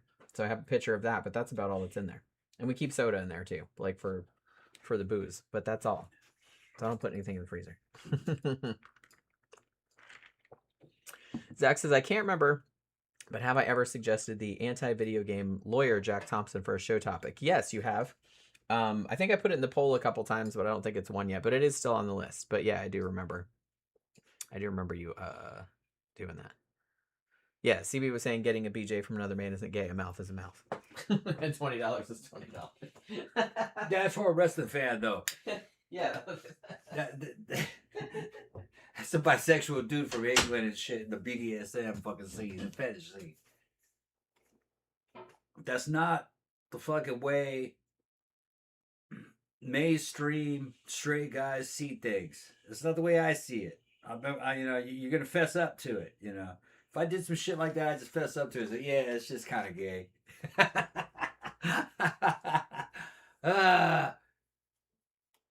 Some of the trans stuff's kind of fucking gray area. Depends on what she looks like. Cause we're talking about from the club, like another one of my fucking main buddies, fucking talking to all the time. I was just talking to him fucking today and yesterday. One of my steroid buddies, man, fucking Tim. I was gonna call him Tim. And Tim's a trans man. Tim was born a woman. You'd never know by seeing him though, man. He's a fucking he's about the same height as me. He's fucking jacked as shit, man. He looks like a fucking street bruiser. He's got a girlfriend and everything, and fucking to me he's just a normal dude. Well, you didn't know at first. I didn't know at first. I was fucking hanging out with him, but didn't know for a long time. Well, he said later that he's like, well, I don't really like to tell anybody, like, especially because he's kind of got bad, like, blowback. Yeah. Over the years. Yeah, I guess I'm one of the few dudes that was like, oh, all right. It was just like, okay. I don't give a shit, because to me, he's a man. Yeah, like I said, it never occurred to me. Never really occurred to me. Well, I mean, shit like that doesn't occur to me anyway. I just meet a person and I just kind of take them as they are, like as they present. I don't really think like hard a dude. About it. Fucking, he knows everything about pharmacology and fucking steroids, hormones, endocrinology. Y'all, they will have like discussions over Messenger for like hours and hours and hours. Yeah. Talking about how things work inside the human body. Dude, he like makes his own shit. He makes his own steroids. Yeah. He can work for laboratories. Yeah, he's like a walking... Yeah, he'll fucking like skip town guy. And be gone for a couple months and come back and goes, dude, I got a gallon of Tren. It's like, what? Want some? I was working in a laboratory, fucking, you know what I mean? Fucking, and he was showing me like the labels of the shit he's making all kinds of testosterone. And the fucking... I should show the picture of that shit. The label that they came up with is a cartoon raccoon fucking flexing with a fucking muscle. And he goes, we call it coon juice. It says coon juice. That's adorable. That's the name of the brand, coon juice. Hey, if he makes that, like, I can do some funny, like, cool branding for that kind of shit. I could come up with all kind of crazy shit. If you wanted to start a side hustle. Yeah. No, but fucking Tim's done so much trend, man. Fucking manly as fuck. And well, have you guys talked about your reaction to Tren and like? Well, he knows. He takes a lot more Tren than you did. Yeah. He can handle it a little bit better. But he hasn't had the same issues. He's got a girlfriend. No. He hasn't had the issues. He's like, no, I'm crazy on this shit. You know, he takes antipsychotics when he's on it. Well, how does his girlfriend feel about that? She doesn't like it. But I'm not shocked about that. But he kind of like hides. Because I haven't really talked to her. He kind of hides when he's on. Well, trim. that's what you did too. Yeah, you kind of have instinctually kind of hide, and that's what's giving him all that V taper and the fucking upper body and shit. And I wish I could show you guys a photograph of him. I got all kinds of photographs, but I don't want to do that. I don't want to out him. Yeah, he's not. You He's would kind of never not know that that was a trans man. Yeah. You would just think it was a fucking tough looking fucking street brute. Because he is not. Did he just move here recently? Because I feel like didn't he just show up like in the club scene like not that long ago? No, he's from here. Oh, okay. He's from here. Because I was like, I just remember like y'all befriended. So I don't know. I don't remember if I'd ever seen him before. His girlfriend's mom didn't like him, and they had to go fucking move out on their own because his mom found out about it. And he was doing all kinds of fucking. Because you've talked to him a lot more than I have. Yeah, so. He was doing all. There was a certain time where he was doing all kinds of damn pharmacology and shit in the house. He was making stuff, like he can make tests. And I've seen the test results. He'll send me back fucking test results of the shit that he did, and it's like fucking, and it'll come back like fucking 249 milligrams of fucking testosterone and anthate. And he's selling it as 250. It's like 1 milligram short. It's beautiful. That's damn near perfect. That means it is what it is. And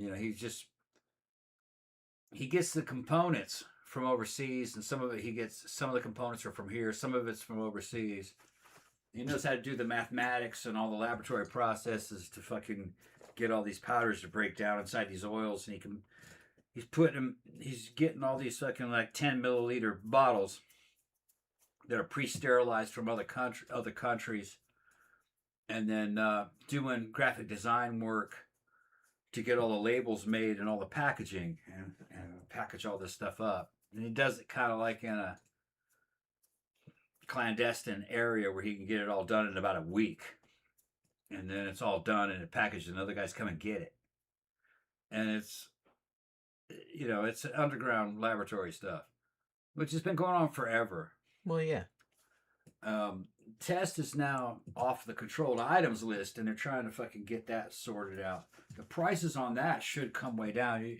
It should be eventually to a point where there's no reason to bootleg that. Yeah, I mean, you should be able to. I mean, I buy estrogen. Yeah. You do need a prescription, but I buy it legally, as far as I know, like from an American website where they essentially do like a doctor's visit, but really and they charge you like $22 for it. But all it is just like a whole bunch of questions, and you just have to say, is any of this true of you? No, cool. Like that's just like to cover their ass. So they charge you $22 for that, calling it a doctor's visit, and then they give you a prescription, and then they just send you the drugs like in 2 days. Yeah. So I get estradiol and I get progesterone like that too. Yeah, eventually testosterone will be cheap. The thing is though is that it should be far cheaper than that.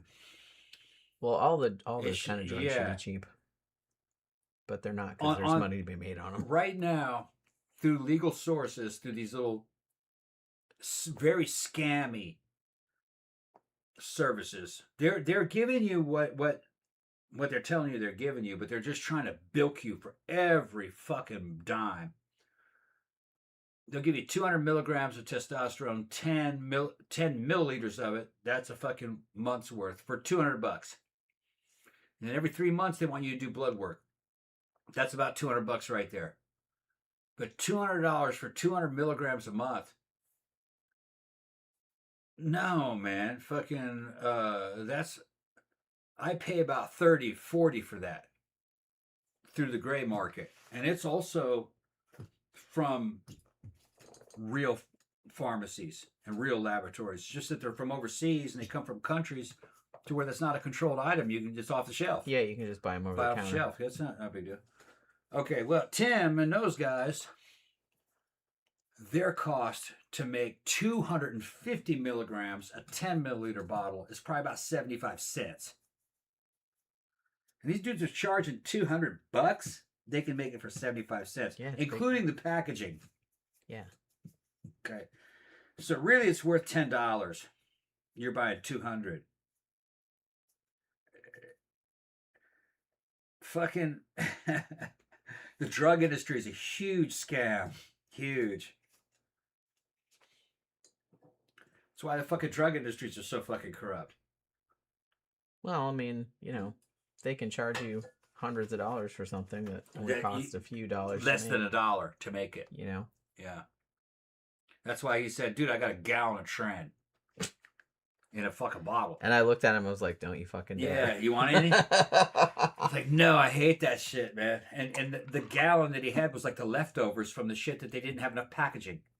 Yeah. To package it. Hey, I was trying because it doesn't cost anything to make 5 gallons of it. Right. Yeah. Like I said, the cost difference between making 5 gallons and 4 gallons is like fucking $10. Yeah, because it's the powders and shit that they're using and the oils that they're using.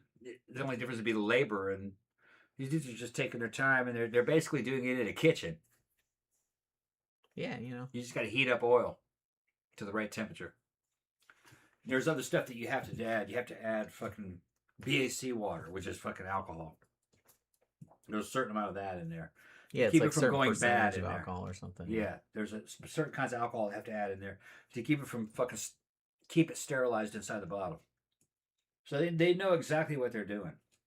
Yeah, because we have to buy BAC water for certain things that we get. Because if it's like powdered or whatever, you have to like dissolve it in the GLP-1's got to be shot. You used to be able to get it on Amazon. Yeah. But that's where I got it the first time. But then like the last time we were reordering it, I couldn't find it on there anymore. Or I don't know if it was on there, but they now have to call it something else. Like, and I wasn't sure. I was like, well, this isn't the same thing like that I got before, so I'm not sure. Yeah. So I had to go to some other company and get it. So I made sure I was getting the right thing. Healthcare is a huge scam.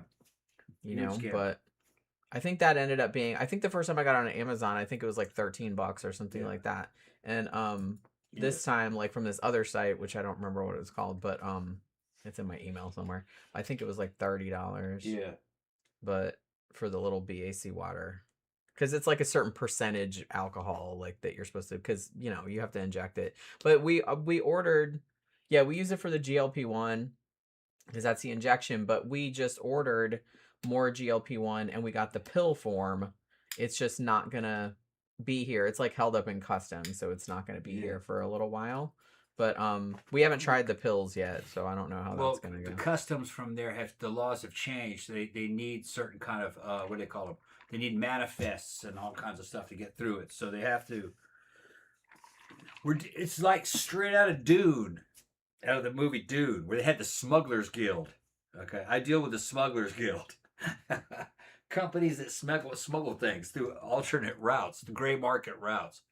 So they're changing the routes. I asked him yesterday, I says, any updates on this? He says, I don't want to cancel now, but I just want to know if this goes on too long, will I be able to cancel and get a refund and reorder somewhere else? But I haven't got an answer from him. Yeah, because I mean, we don't, like I said, we don't need it, but it's like.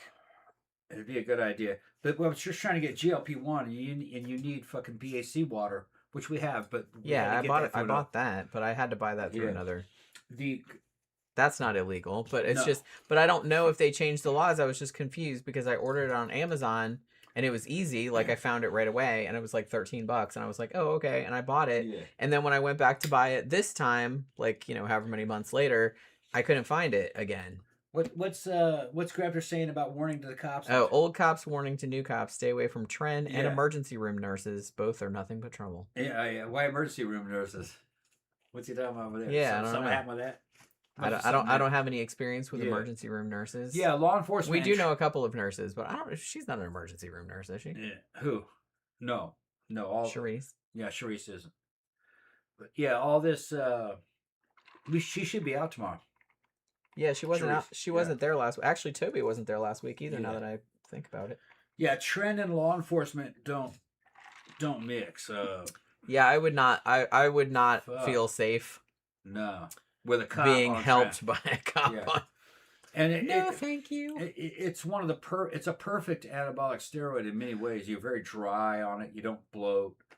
pretty good muscle building, but man, the fucking mental side effects are just, they're not worth Yeah, it. I've never seen anything like it, They're not honestly. worth And it. it's just funny, No. like, after you told me about it, like I said, you showed me some other dudes on YouTube, like, talking about it. They all said the exact Oh same yeah, turn you into a psycho. shit. Like, I was just like, yeah, that was fucking terrifying. Yeah, and you think you're Like totally I said, normal. and like I said, I've Yeah. never been scared of you before. That Yeah. was just kind of like, You think you're totally normal. Yeah, I think that was the scariest thing about it, because like you can't talk to them and be like, dude, like you're acting really fucked up. They don't believe you. You know what I mean? So you're just like, okay, cool. Like, yeah, it was like a pretty terrifying experience. Like, you know, I'm glad that he was self-aware enough, and we've said this before, but and I don't think she comes in the comments anymore. But our friend Sophie, she was able to kind of just, you know, she lives in Michigan, but she was kind of over Messenger. She was kind of able to talk him down from a little bit, because I was like, he's not listening to me, so you know what I mean. But she was kind of able to like snap him out of it a little bit. So he did have like some self-awareness. He's like, oh yeah, I got to get off this shit, because he'd been on it too long. You know what I mean? You're not really supposed to do it for that long, because it turns you into a crazy person. It's okay for a little while. I guess it depends on the person. But I didn't notice anything, like, you know, when I'm looking back in hindsight, because like I said, I didn't know about it until afterwards, like after he'd stopped taking it, and then he told me everything. But really, like 2 months, 3 months, like that's all. You're just supposed to do it and then stop. And he was on it for 5 months. So after the 3-month mark, like he started acting like a psychopath. You know what I mean? Grandmother said, y'all need to come visit your friends in Michigan. Yeah, we will one of these days. Like I said, I can't really afford it at the moment, but you know, I'd be interested to go. I've never been to Michigan. So it'd kind of be interesting to go see where Tom lived all that time. He can kind of show me around. We'll go one of these days. I don't think we've never really done like a long trip, now that I'm thinking about it. Isn't that funny? We've been like together for such a long time. We do like day trips, and we've done like, you know, we'll go to like Tampa and like stay overnight or something like that, but we've never really done like a road trip or any kind of like long vacation or anything like that. We just never got around to it, you know? Or we'll go to like Disney or something, but that's about it.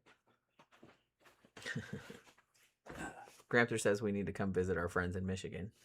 Yeah, eventually we should go. That's what I said. Actually, we probably should go. Steve showed me pictures of his little daughters, or videos of his little daughters sitting there listening to Black Sabbath on fucking over YouTube on television. And she goes, "I'm training them well."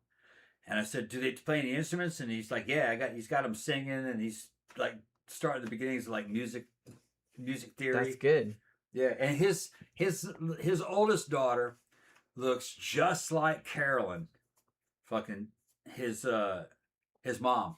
Looks just like his mom when his mom was young. Because I remember when his mom also kind of looked a little bit like shit. What was Steve's sister's name? Shit.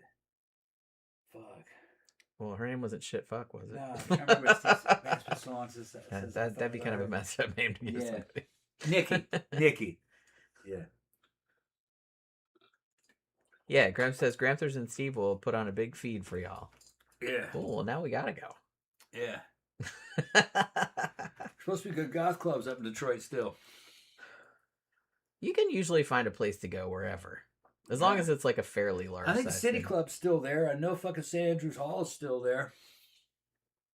Yeah, I mean, we'll have to check it out. Like I said, I've never been to Michigan ever. I've been lots of places, but never there. Just never knew anybody there, you know. We could probably I got Sophie. I know what I'm saying. Before I never knew anybody there. Yeah, is what I meant. That's why I never went there before. Go up there and fucking all meet up for some kind of fucking concert or something. How long would it take to drive there? We couldn't drive. You'd have to fly. Probably about 10, 12 hours. I drove to Baltimore before. And with my car, that V8 it'd be cheaper to fly. Yeah, probably. Well, cheaper to fly and then just rent a car when we got there. Yeah, that's true. Ask your sister. She's got all that frequent flyer and fucking car rental stuff, doesn't she? Who, my sister? Yeah, didn't your sister know all about those frequent flyer points? Oh, I don't know. And renting cars and all that. Well, I know, like every time she rents a car a lot when she when she flies down here, but she just lives in Atlanta, which is only like 6-ish hours away from here. So a lot of times, if she doesn't feel like flying, she'll just drive her car. Her sister will fly in just to hook up with us and fucking go to one of the Disney theme parks. Yeah, for like a couple of days. I actually think she's coming down. I can't really afford to do it this year, but it's like I think she's coming down in 2 weeks or 3 weeks.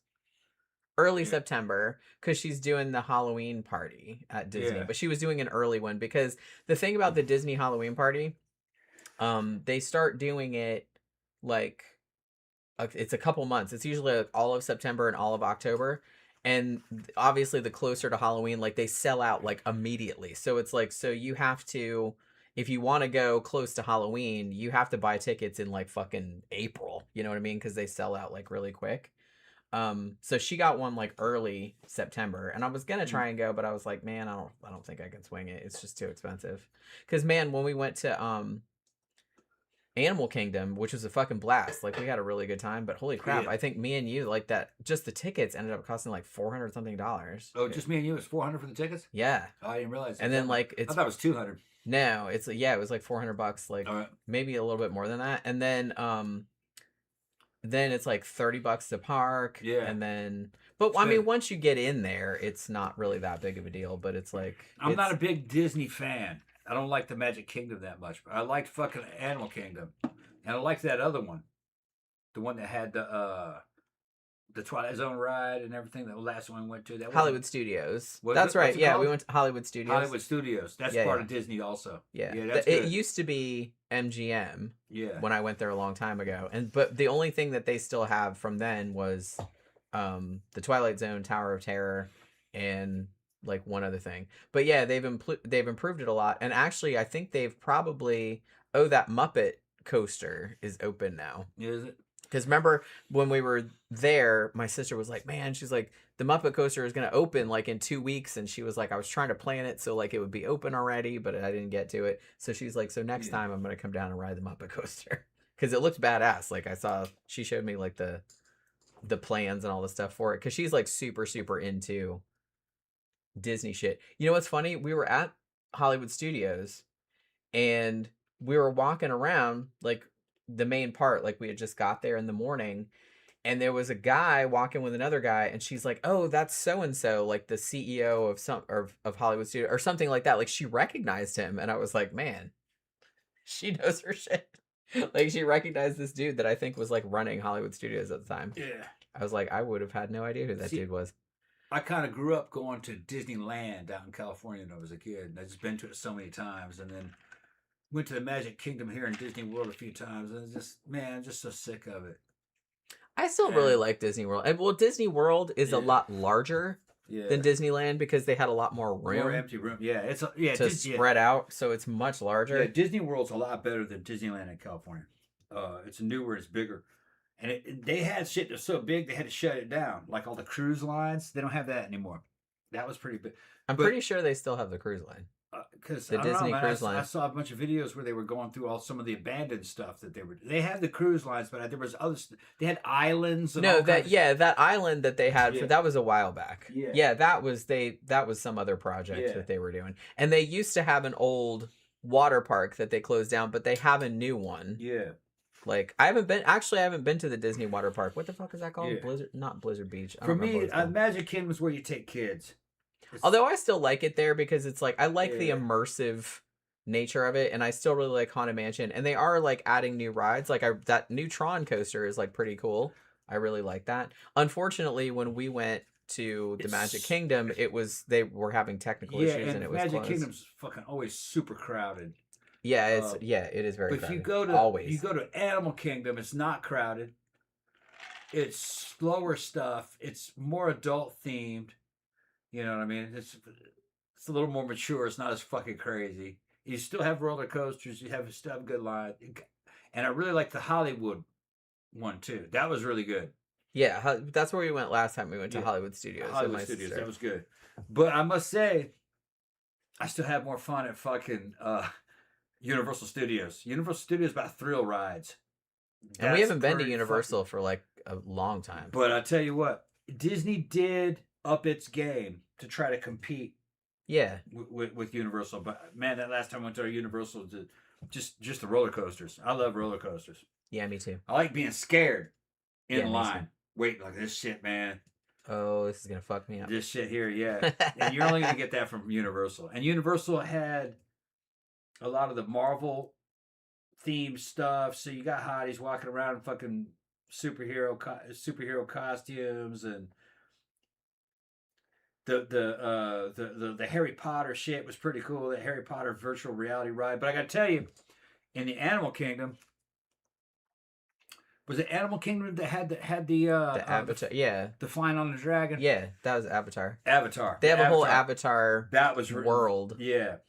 They have the restaurant is themed like Avatar. Like I don't even care about the Avatar movies, but it's like it's cool as shit. Like the Avatar ride might have beat the Harry Potter virtual reality ride. I mean, they're both pretty good. Yeah, it's pretty damn good. I will say, like, it felt like flying on a fucking the Harry Potter area, and honestly, Universal has built a new theme park, which is like 4 or 5 theme parks in one, that also has a whole I think it's a whole Harry Potter world. It's a Lego. Is it Lego? Then Mario Brothers. Yeah. And there's Mario also Brothers Dark Universe. Yeah. Which that's what the one I'm excited Universal. about. And I want to see it. Yeah, and so I really want to go to that, but like I said, we're waiting for that to fucking die down. Your sister doesn't like to go to that? She does, but she's like waiting because it hasn't been open that long. Okay. You know what I mean? So well, she's like, we need to go. I'm waiting for that to like not be super crowded because it hasn't been open that long, so everybody wants to go. Yeah, the Super Mario area actually has restaurants where you can get the fucking Mario food. It looks like something out of a video game. It's crazy. One thing that I think Disney does really well, and I think that Universal is kind of starting to do this too, because they see that Disney did it so well, and it's like people like that, is they want you to be entirely immersed in the experience. Like Disney is very immersive. That's kind of their whole thing. Like if they do a ride, everything is going to be themed around that ride. And I really like that like, I don't know why, but that's like very satisfying to me. And I think that Universal has started doing that as well. You know what I mean? Because, and, you know, Grampter says Disney was once called the Florida Project. Yeah. If you haven't seen it, there was a series, I think it was originally on the History Channel, but I watched it on Hulu, and it was called How Disney Built America. It was one of those, because you know how History Channel had, you know, the foods that built America, or the, you know, Titans that built America, or whatever. And like all those are really good, but they had one about Disney, and it was actually really interesting. And they talked about, like, each episode was about something different. So like one of them was about the movie, like was about making Snow White. One of them was about Disneyland. One of them was about Disney World. One of them was about Epcot. So they kind of had a whole thing, and it was actually like really interesting. I didn't realize how close they were to bankruptcy, like so many times. Like, but yeah, well, back in the day, because when Walt Disney was still alive, which maybe a lot of people don't know, but like Walt Disney was like the idea guy, and he was just kind of like, he didn't really care how much stuff cost. He's like, no man, I just want to do this and that and the other thing. And his brother Roy Disney was the money guy, and he was like, bro, we can't fucking afford this, you know what I mean? So it's like they'd always, like, for example, the whole episode that they did about filming Snow White, which was the first feature-length animated film. I mean, usually animated films were usually like shorts that they showed before movies, you know what I mean? Like nobody had ever thought to make a full-length animated movie. So when he thought about doing it, he wanted to make something that was like a fairy tale, and he was also like, I want it to look like a real movie. He's like, I want it to look like immersive. Like I want you to be able to like zoom in on stuff, and I want to like stuff like that. And they're like, how the fuck are we supposed to do that with like drawings? You know what I mean?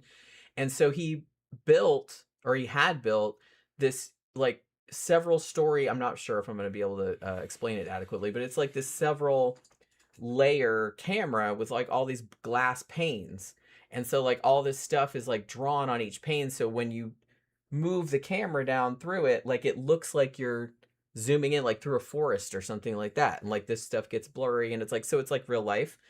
And that camera cost like a ridiculous amount of money to make, and he also had to like pay people to like figure out how to work it, because you know nobody knew how to work it because it was new, right? So it was like a big deal. And so the movie was like way over budget, way over time. Like the producers, like the dudes that had loaned them the money, because I think it was like Bank of America, kept giving them like, well, here's $1 million more, but you guys said that the movie would be done by now and all this other kind of stuff. And thankfully, when the movie came out, it was a huge success and it made all this money. But, you know, there was no guarantee that would have happened. But he was like, no, it has to be exactly right. You know what I mean? If you guys like the video game Fallout, Disney is right out of the movie Fallout. Exactly. In that video game, American corporations are basically running the country and doing all these weird things. National defense, fucking brainwashing people. They're doing all this weird shit, and it's all corporations. That's exactly what Disney was. Disney was trying to become a corporation that branded the American experience. And they actually did it. It's an artificial city when you go there. They even pump fragrances out, so you're constantly smelling. They don't miss the fucking trick. Everything is extremely artificial, and it is a capitalist, corporatist utopia. Yeah. They're making an utopian city. And it even got to the point to where they have a neighborhood here that is owned by Disney. You can buy a house in it, and it's got cops that are owned by Disney patrolling it for security. Well, it's a real neighborhood. It's a real neighborhood. A friend of mine, his dad has a house in there. It's a real neighborhood, and it's kind of open to the public. It's yeah. I think you got to. I've driven through it before. What's it called again? Celebration. I've driven through it before. You can drive. It's just a regular neighborhood. You can drive through it. In the American system, everything has to be branded. It has to be commercial. This is a capitalist system, so the government needed a brand. And Disney was the brand. That was the brand of American life. Like, you go to the Magic Kingdom, it's called Main Street USA, and it's an idealized version of America that never really existed. Yeah, and I feel like Walt Disney, I don't even feel like, I mean, Walt Disney the person, he always seemed to me like he didn't seem to have much nefarious intention. He just wanted stuff that he remembered or idealized from his childhood. He wanted that, but like writ large, because he thought that's what America was to him. Right? And that's what he wanted to portray. Like, oh, this is the best of America. Or that's like what he wanted. I feel like that's where he was coming from. He was selling America as a brand. Yeah, to Americans. I don't know if he would have thought of it like that, but that's what he was doing. He didn't have that thinking back then. Yeah. But you look at it today, that's what he's doing. He's branding America. And around those theme parks, it spread into real neighborhoods where you could buy a fucking house in it, and you're still in Disney. Well, and then all of the fucking Florida highways and roads that are in that area look like they're part of the Disney theme park. Well, they are. That's Disney property. Yeah, but even outside of it, it's still the state is keeping up with Disney. So it's kind of like the Disney infection spreading. Well, they know that people are coming from all over the world, and they want that experience to be all of a piece. I would think that fucking Walt and the fucking people that own Disney now, the corporation now, or control it, their main, I think if they could, they would have that expand throughout all 50 states, where everywhere in America was that Disney branded experience of America. They would do it easily. They would love to do that. Well, they just can't. It doesn't. The demand really isn't there. But shit's too messy for that. It's just too messy. But if they could do it, they would. Walt Disney. Yeah. I mean, if you don't know, like Epcot, one of the parks. What Walt wanted to do, he never got to do it. He died before it happened. But his big thing, like I said, he did not care, like, at all. He was not a money person. He was an idea person. And his ideas just kept getting bigger and bigger and bigger. And I kind of get where he was a very creative person. And he was just kind of like, I want to make, like, he did, the movies. And then he's like, I want to do a theme park. And I want to do this and that and the other. And then he's like, I want a city, but like a utopian city. You know what I mean? He's like, that's where the monorail came from. that's where, but he had plans for this whole city that he was going to build. It's like got a central hub. It's got a monorail going around. It's like people are going to live in it and work in it. And it'll be like an idealized city. And that's what he wanted to build. And he had all of the, and he was super excited about it. But of course, like he died relatively young. I think he died, what, 69, 71? It was like, yeah, or maybe, I don't know. I feel like it was late 60s or early 70s. I can't remember offhand. But he wasn't super, super old when he died. But so he never saw that happen because he died kind of slightly unexpectedly. And to his credit, his brother, Roy Disney, who was always just kind of like, oh my God, like, we can't afford this. You know what I mean? He was always kind of like trying to pull the reins a little bit because he's like, this is going to cost like $40 bajillion. We can't afford it. You know what I mean? Like all of these crazy ideas that you have. So he actually kind of funded Epcot as a tribute. He's like, it's not a city, obviously, but it's like, that's kind of what, sort of along the lines of like a futuristic city kind of. And that's kind of along the lines of what Walt was kind of wanting. Like he wanted a whole ass city. So, you know, Epcot actually, the last time I went to Epcot, Tom didn't go with me, but I went with my sister and my brother. And I think my sister-in-law, Emily, was my sister-in-law with me? I don't know. But we went over to Epcot. I think we'd actually been at the Magic Kingdom, and then my brother worked at Animal Kingdom for a long time, so he could get park hopper passes. So he gave me some park hopper passes. So we hopped over to Epcot because he's like, you have to go on Guardians of the Galaxy, the new like roller coaster at Epcot, which holy shit, if you haven't done that, oh, it's epic. It's really good. But yeah, he's like, we got to pop over to that park and do that. And also he likes Epcot because my brother, like me, he's 4 years younger than I am. I have two brothers, but I have one that's 4 years younger. And he also likes to drink, probably way more than I do, actually. And he's way more of a connoisseur, I feel. And so he's like, well, we have to go to Epcot and, ride Guardians of the Galaxy and also go to the Mexico Pavilion and get drunk. You know what I mean? So, because, Epcot has alcohol. You can go all around the world and get different kinds of alcohol. And that's like super fun. So we did that a little bit too. But, I mean, a lot of it was Epcot. It's never been my favorite park. I actually went to Epcot not long after it opened because my fifth grade class, I think it was fifth grade, went on a field trip there. And that was 85. So was it 85?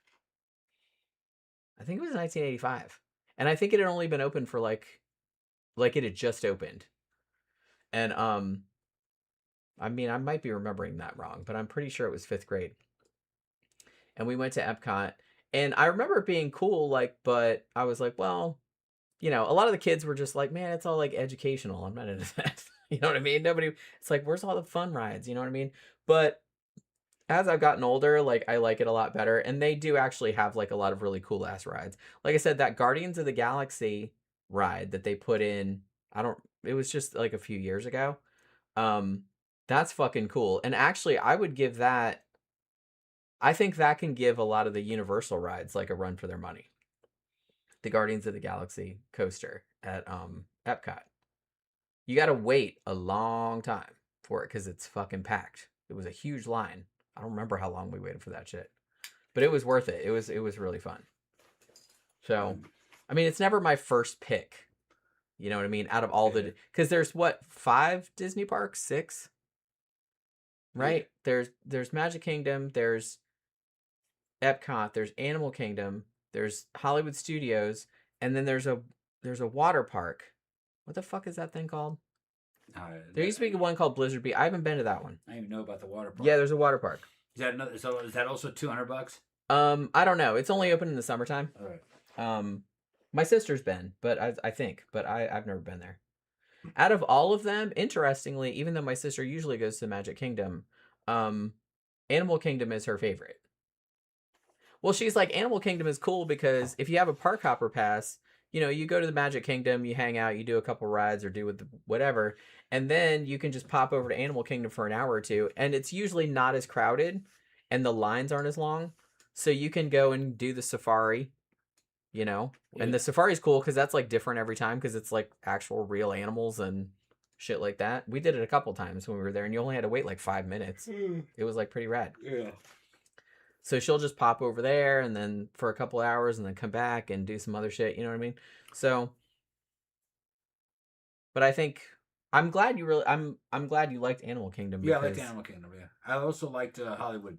Hollywood Studios is fun too. Yeah. Well, I hadn't been the last time I went because when she came down last time, she was like, "Well, I'm doing this park this day and this park," and I was like, "Well, let's do Hollywood Studios because I haven't been to Hollywood Studios since it was MGM Studios, and I think I went there with my dad when I was like 18 or something. It was like fucking forever ago."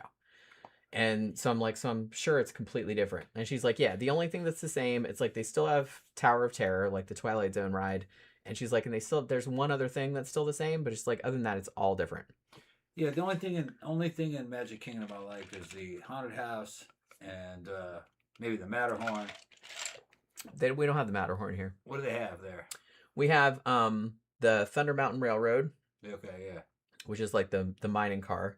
Yeah. And Space Mountain. Space Mountain's kind of tame. It's all right. But used to have Splash Mountain. It's still Splash Mountain, but it's been reskinned as it's just whatever. Is it Princess and the Frog? I can't remember. Be all right. Just and I was gonna say the Tron coaster is really cool. That's like new. It's in Futureland or whatever. It's over or Tomorrowland.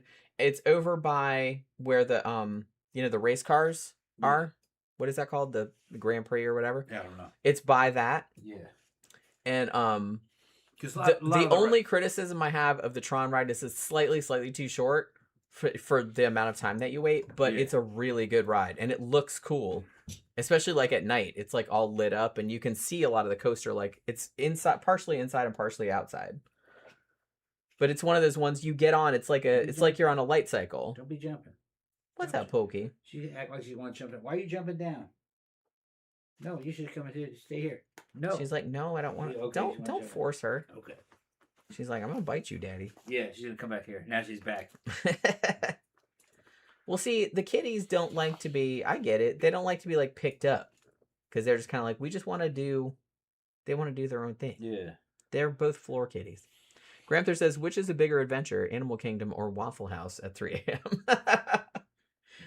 We haven't had too many bad experiences at Waffle House. Yeah. I can't really think of any bad experiences. And we used to go to Waffle House all the time. Yeah. In the middle of the night, like on the way home. You know what I mean? Yeah. I'm getting hungry. Really? Yeah. Yeah, me too. Want to get something to eat? Yeah. Zach says, still mad at Epcot they turned the Norway Pavilion into a Frozen ride. They did a bit. It's not all like that. But each country pavilion now has a ride. Some of them are not rides per se, but like some of them are lamer than others. But yeah, I mean Frozen was such a fucking huge cultural phenomenon. It's like of course they're gonna fucking do that. So they did kind of steer everything toward the fuck. They're like, it's set in Norway. We're gonna put Olaf on everything. You know what I mean? But that's okay. That's Disney's gonna Disney. You know what I mean? Usually, like I said, there's gonna be an element of corny to everything that they do. Well, like I said, and they know they're corny. Well, they're gonna lean into their properties, right? Like I said, especially when it's successful as Frozen was. I think at Hollywood Studios, my sister told me that there was like a big Frozen show, and like we didn't actually do that. But one of the things that I liked about I didn't expect to like this, but or I didn't really expect much from it. But at Hollywood Studios, there's a big like old school looking like Grauman's Chinese theater looking thing. And they're like she's like, "Oh, they do like it's like a cartoon, like Mickey and Minnie and Goofy, but it's a ride."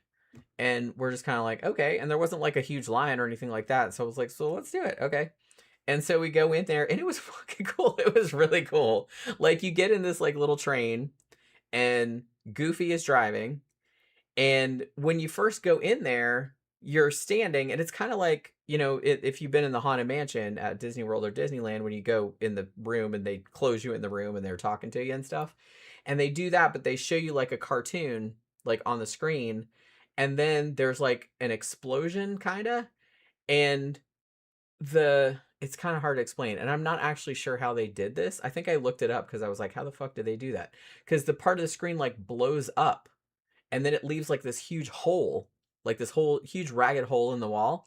And then you walk through the hole in the wall. I'm like, how the fuck did they do that? You know what I mean? Because it looked really good. Like the illusion was really good. Because the explosion happened in the cartoon, but then when you looked, like the whole wall had looked like it blew up. And so then like you walk out and you go into this train, and Goofy's like, wait, we're gonna do whatever the fuck we're doing. I don't know. Like we're driving through the park or whatever. And then like you're driving, and it all looks like an old cartoon. And like Mickey and Minnie are like in the car, like next to you, like they're up here, like on the other thing, like being, hey Goofy, what's up? You know what I mean? And it's like, it's really cool, like the way they shot it. So you just kind of go through this whole like train ride, and I was like, wow, that was like way cooler than I was like expecting it to be.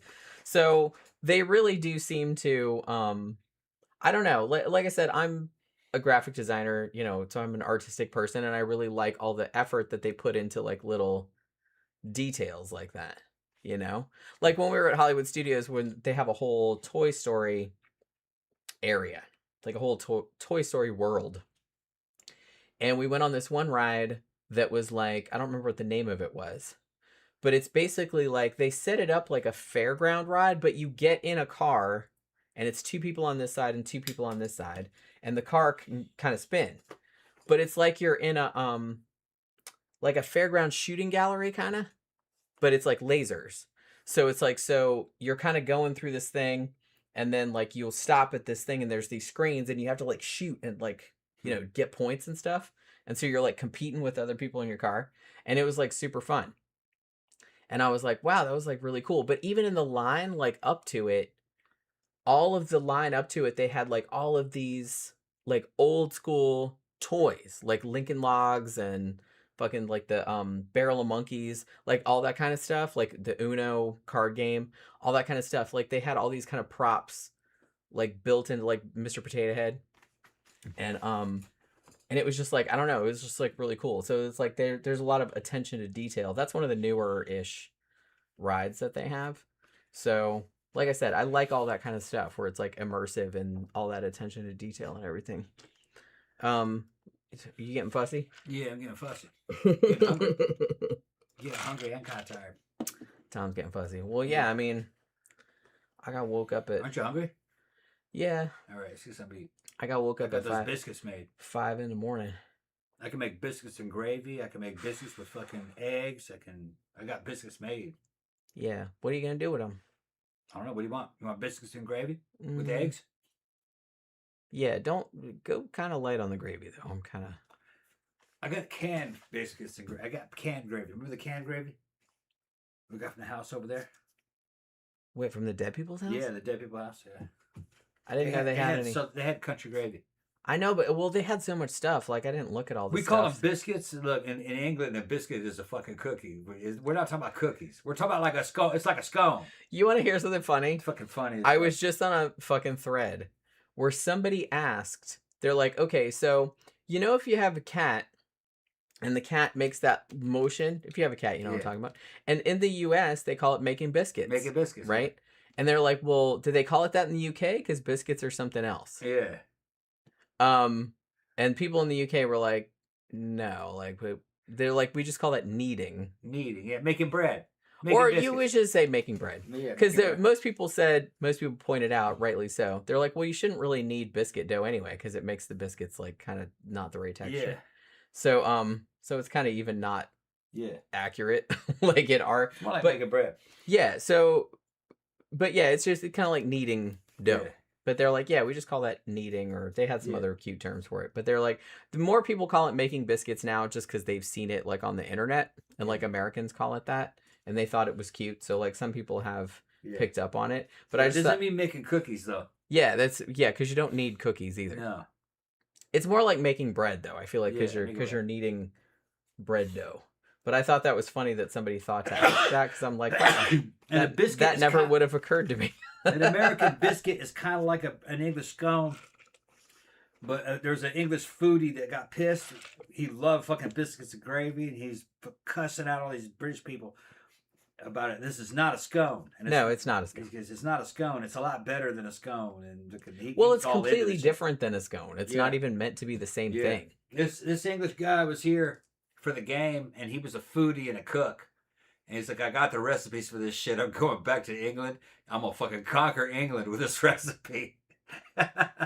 He says they'd buy this shit up. English people would like it. I will say biscuits and gravy, the American biscuits and gravy, it looks revolting.